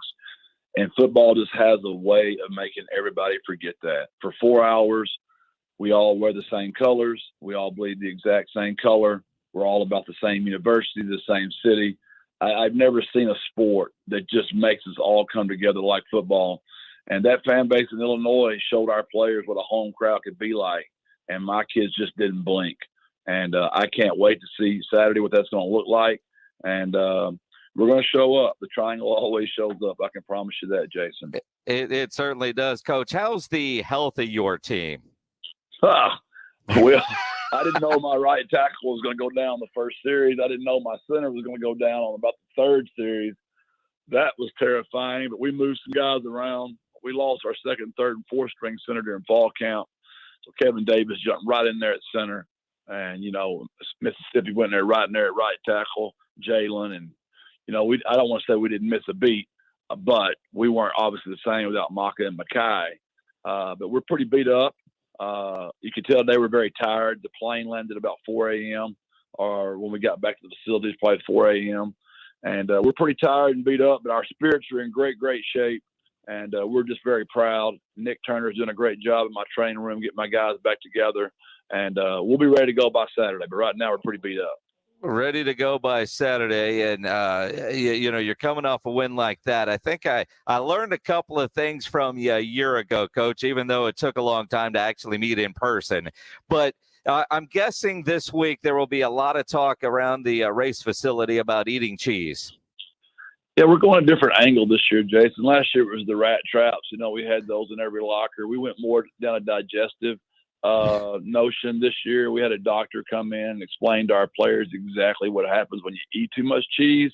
We had some pretty explicit videos, to show what happens when you get that exact thing. But tomorrow we're going to teach them how to relieve constipation, so that might be an even more exciting day around the old race facility. I need further explanation on that one, Coach. Well, you just have to wait and see tomorrow. We've already sent some examples of, we've got laxative, signs on the walls of what to do, and maybe get into your teammates to relieve the pressure, get out of yourself. That helps relieve some of those symptoms. So all kinds of little fun tricks tomorrow to keep my road runners and the Triangle Toughness fired up about football tomorrow. Jeff Traylor, UTSA head football coach and motivational speaker galore, joining us here on the Blitz as he does every week during the football season. We certainly appreciate it. Coach, the only complaint I had watching you guys play on Saturday night, how much jugs machine time are your defensive backs going to get this week? Isn't that crazy? We dropped 5 of them, and we work it like crazy. And 3 of them were simple catches that I've seen my kids make all the time. 2 of them were pretty difficult, but 3 of them we should have had a ball on the ground. Only one game last year did we not create a turnover. And I told them we've already done our one game, so I'm expecting the rest of them to be all turnovers from here on out. Do you have a kangaroo court type thing for dropped interceptions where they got to give you 10 push-ups or something like that? Because, I mean, they kept the TV audience down to the wire because it could have ended a little bit sooner with a pick. Yeah, there's no doubt, especially early in that drive. We could have had one for sure. No, we don't kangaroo court them as much as just, I don't do it in the team setting as much, but when I go to the defensive setting, we get a little more excited about that. We really take great pride in that. We work extremely hard. We were shocked. If you think about last year, we caught a lot of those passes last year. We never celebrate a knockdown pass here at UTSA. If our hands are on it, we expect to catch it. So we're working extremely hard on that. The way they drop the ball is the way we're working on catching it this week. So if there's a high point drop, if it was a tip, if it was a low ball they should have caught, we're working on all those exact drills this week to try to make sure we fix it this week. Jeff Traylor joining us here on the Blitz. Coach, I want to ask you a general football question that it was obvious and evident in the game that was offered last night, that Louisville game. 4 targeting penalties in the first half. Are they calling that differently this year? Because it felt like over the weekend I saw a lot of targeting penalties, and I've always been one that thought the punishment was too strong for the crime, but to see 4.5 and and you got to go and debate and review, and you got one announcer saying I don't think so and the other one saying yeah it is. How do you coach them up in that situation in a bang bang type of play? Well, there's 2 things. One, you got to stay away from the head, period. Now, where that gets difficult is when the offensive guy drops and then you weren't aiming for his head, but you hit him in the head. The second part of that is you just can't use the crown of your head. You got to see what you hit. You got to have your eyes open, hit with your face mask, and see what you hit. I agree with you, Jason, when you say if it's malicious, maybe they sit out, but they only get to play 12 games, and they give up a lot to get to play. A 15-yard penalty to me is sufficient enough. I hate making the kids sit out. I hope one day that rule might be revisited. I agree with you, and I because it's player safety, I don't know if they'll ever, if you will, get the toothpaste back in the tube. But I think there should be kind of like in basketball, flagrant 1 or flagrant 2. If it's defenseless or the intent looks like it was what it was, then maybe you eject them from the game there. But otherwise, you're going to call it like a holding penalty, just 15 yards and move on. Yeah, like in our situation, I wish that we wouldn't have hit him in the head, but the kid was clearly not down yet. He was on top of another player. If that kid comes out of that tackle and goes and scores a touchdown, then everybody's making fun of my kid and me because we didn't finish the tackle. Now, I do agree we shouldn't have hit him in the head. I want to make sure nobody's hearing me wrong on that. Sure. But the kid was still up, and that's where it gets tough. Those kind of, like you said, those split-second decisions, and you're out of the game because you made a bad choice. That's hard. It is, and it's the one negative from the weekend, and the reviews take so long as well. And some people say that's just part of it, but man, they've got to do a better job with that. And I don't know how you coach them up because some of those look like good football plays to me. Well, like you, I changed the channel. I watched the Texas Tech Houston game because I felt like it was going to be that, and I watched that replay of that game. Just because I wasn't going to sit there and watch it. And I'd love to know how many other fans might have done the same. I know I did. You can only watch so much bad football. I mean, as much as we've been waiting for football, and you're not going to watch bad football. And I didn't get to see the Texas Tech Houston game when it was live, so it was nice watching that and hearing RG3 broadcast a game for the first time. So I was more interested in that than watching another targeting replay. And that's what I did. Exactly. I flipped over, and then I got through with that and went back and watched our game one more time. And, it's just a lot of football right now. We're just so thrilled to be 1-0. It was so fun to go up there and do that in that crowd with so many Texas high school football players, especially 29 San Antonio kids on the roster and kids that are making extremely great plays for us and big plays, getting it done. So just thrilled right now for our kids. Saturday at the Dome, Lamar coming in, tailgating is back. Get your tickets, get out there, support UTSA, and you're going to watch fun football. That's the one thing we certainly know about Jeff Traylor, your teams. It is going to be a fun game to watch.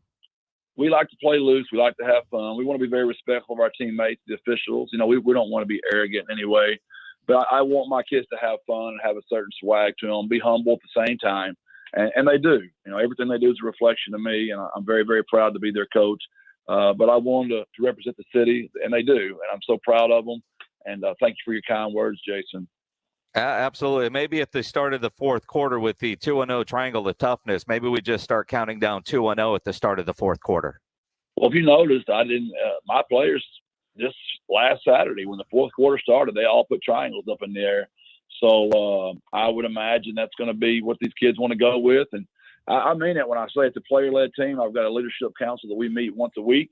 We have dinner together, break bread, and discuss what those guys want to do. And they've been fantastic in their ideas. I'm sure they'll have some more great ideas moving forward for us. Good deal. Coach, we'll talk to you next week after you guys beat Lamar. Thanks, Jason. God bless. Birds up. Appreciate it. Jeff Traylor, head football coach of UTSA. Our conversation with Coach Traylor brought to you by Pinkerton's Barbecue. As you think about football coming up this weekend, Texas and Arkansas are going to play. And this game in Arkansas, already sold out.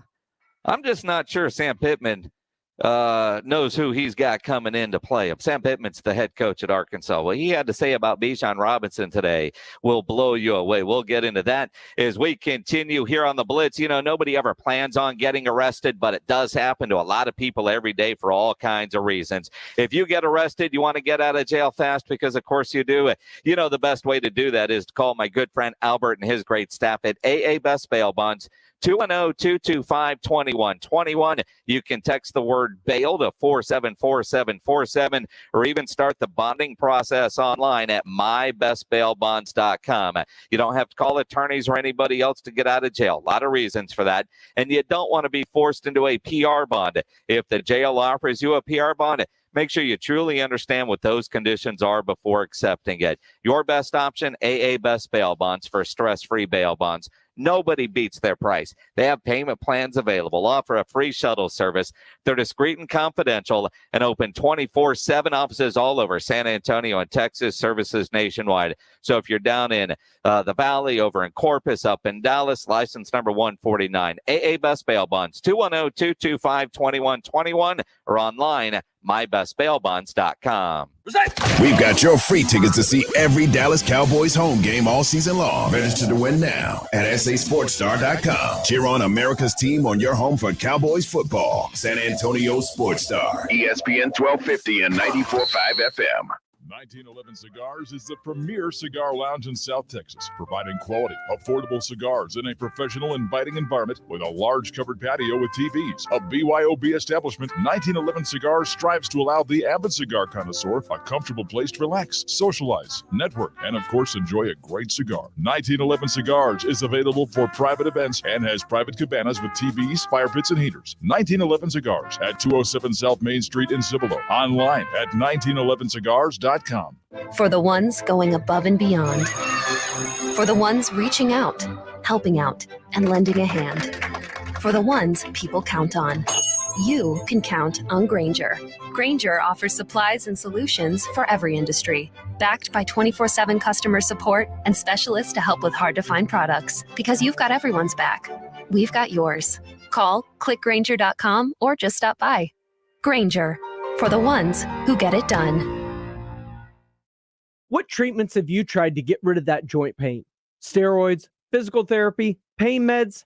That's what they always recommend. But now there's a better way. Hey, it's James Pledger with San Antonio Sports Star, and I'm talking about QC Kinetics, the leaders in regenerative solutions. Natural biologic treatments with growth factors that can restore and repair damaged tissue so your body can heal the way it was designed to heal. If you've got pain in your back, knees, hips, or shoulders, call the local medical professionals at QC Kinetics. Get a free second opinion and learn all about new natural options that give you lasting pain relief with no drugs, no downtime, and no surgery. Call now at 210-571-0318. Don't assume that the old treatments are the only treatments, and don't go under the knife.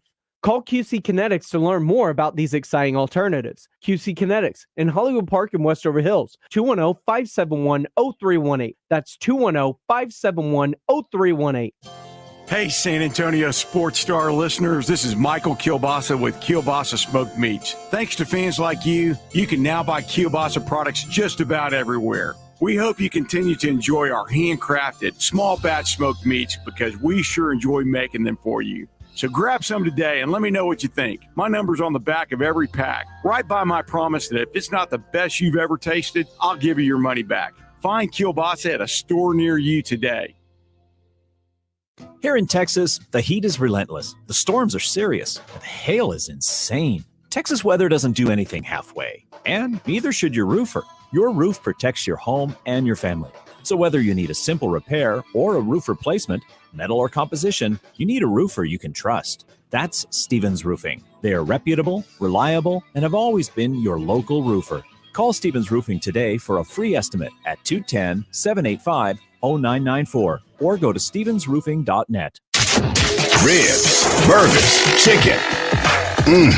Submit what you cooked on the grill or smoker, and you can win a $50 gift card from Tri-County Meat Market. Grilling with the Blitz. Online at sasportstar.com. Hey, this is Rob Thompson. You're listening to San Antonio Sports Star, ESPN 1250 and 94.5 FM. Appreciate it, Rob. Make sure you tune in to Rob Thompson and Rudy J. R&R in the morning, tomorrow morning at 7 a.m. It is the Blitz. I'm Jason Minix here on San Antonio Sports Star, ESPN AM 1250, 94.5 FM. Longhorns had an impressive win Saturday over Louisiana. They jumped to number 15 in the new AP poll, the Longhorns did. Hudson Card settled in, played well. Took him a while, but not surprising. And Bijan Robinson, that dude is a stud. Texas travels to Fayetteville, Arkansas this weekend. First time they've gone to Fayetteville in 17 years. First time in forever that Arkansas has actually sold out their stadium. They're expecting 80,000 fans. The place holds 76,808. That was the attendance record back in 2010 when Alabama came to town. They do have some standing room only tickets. They're expecting a ridiculous crowd, but it's the first Arkansas sellout since 2017. You know, they got a new coach in Sam Pittman, who's done a lot of film study on the Texas Longhorns. I mean, so much.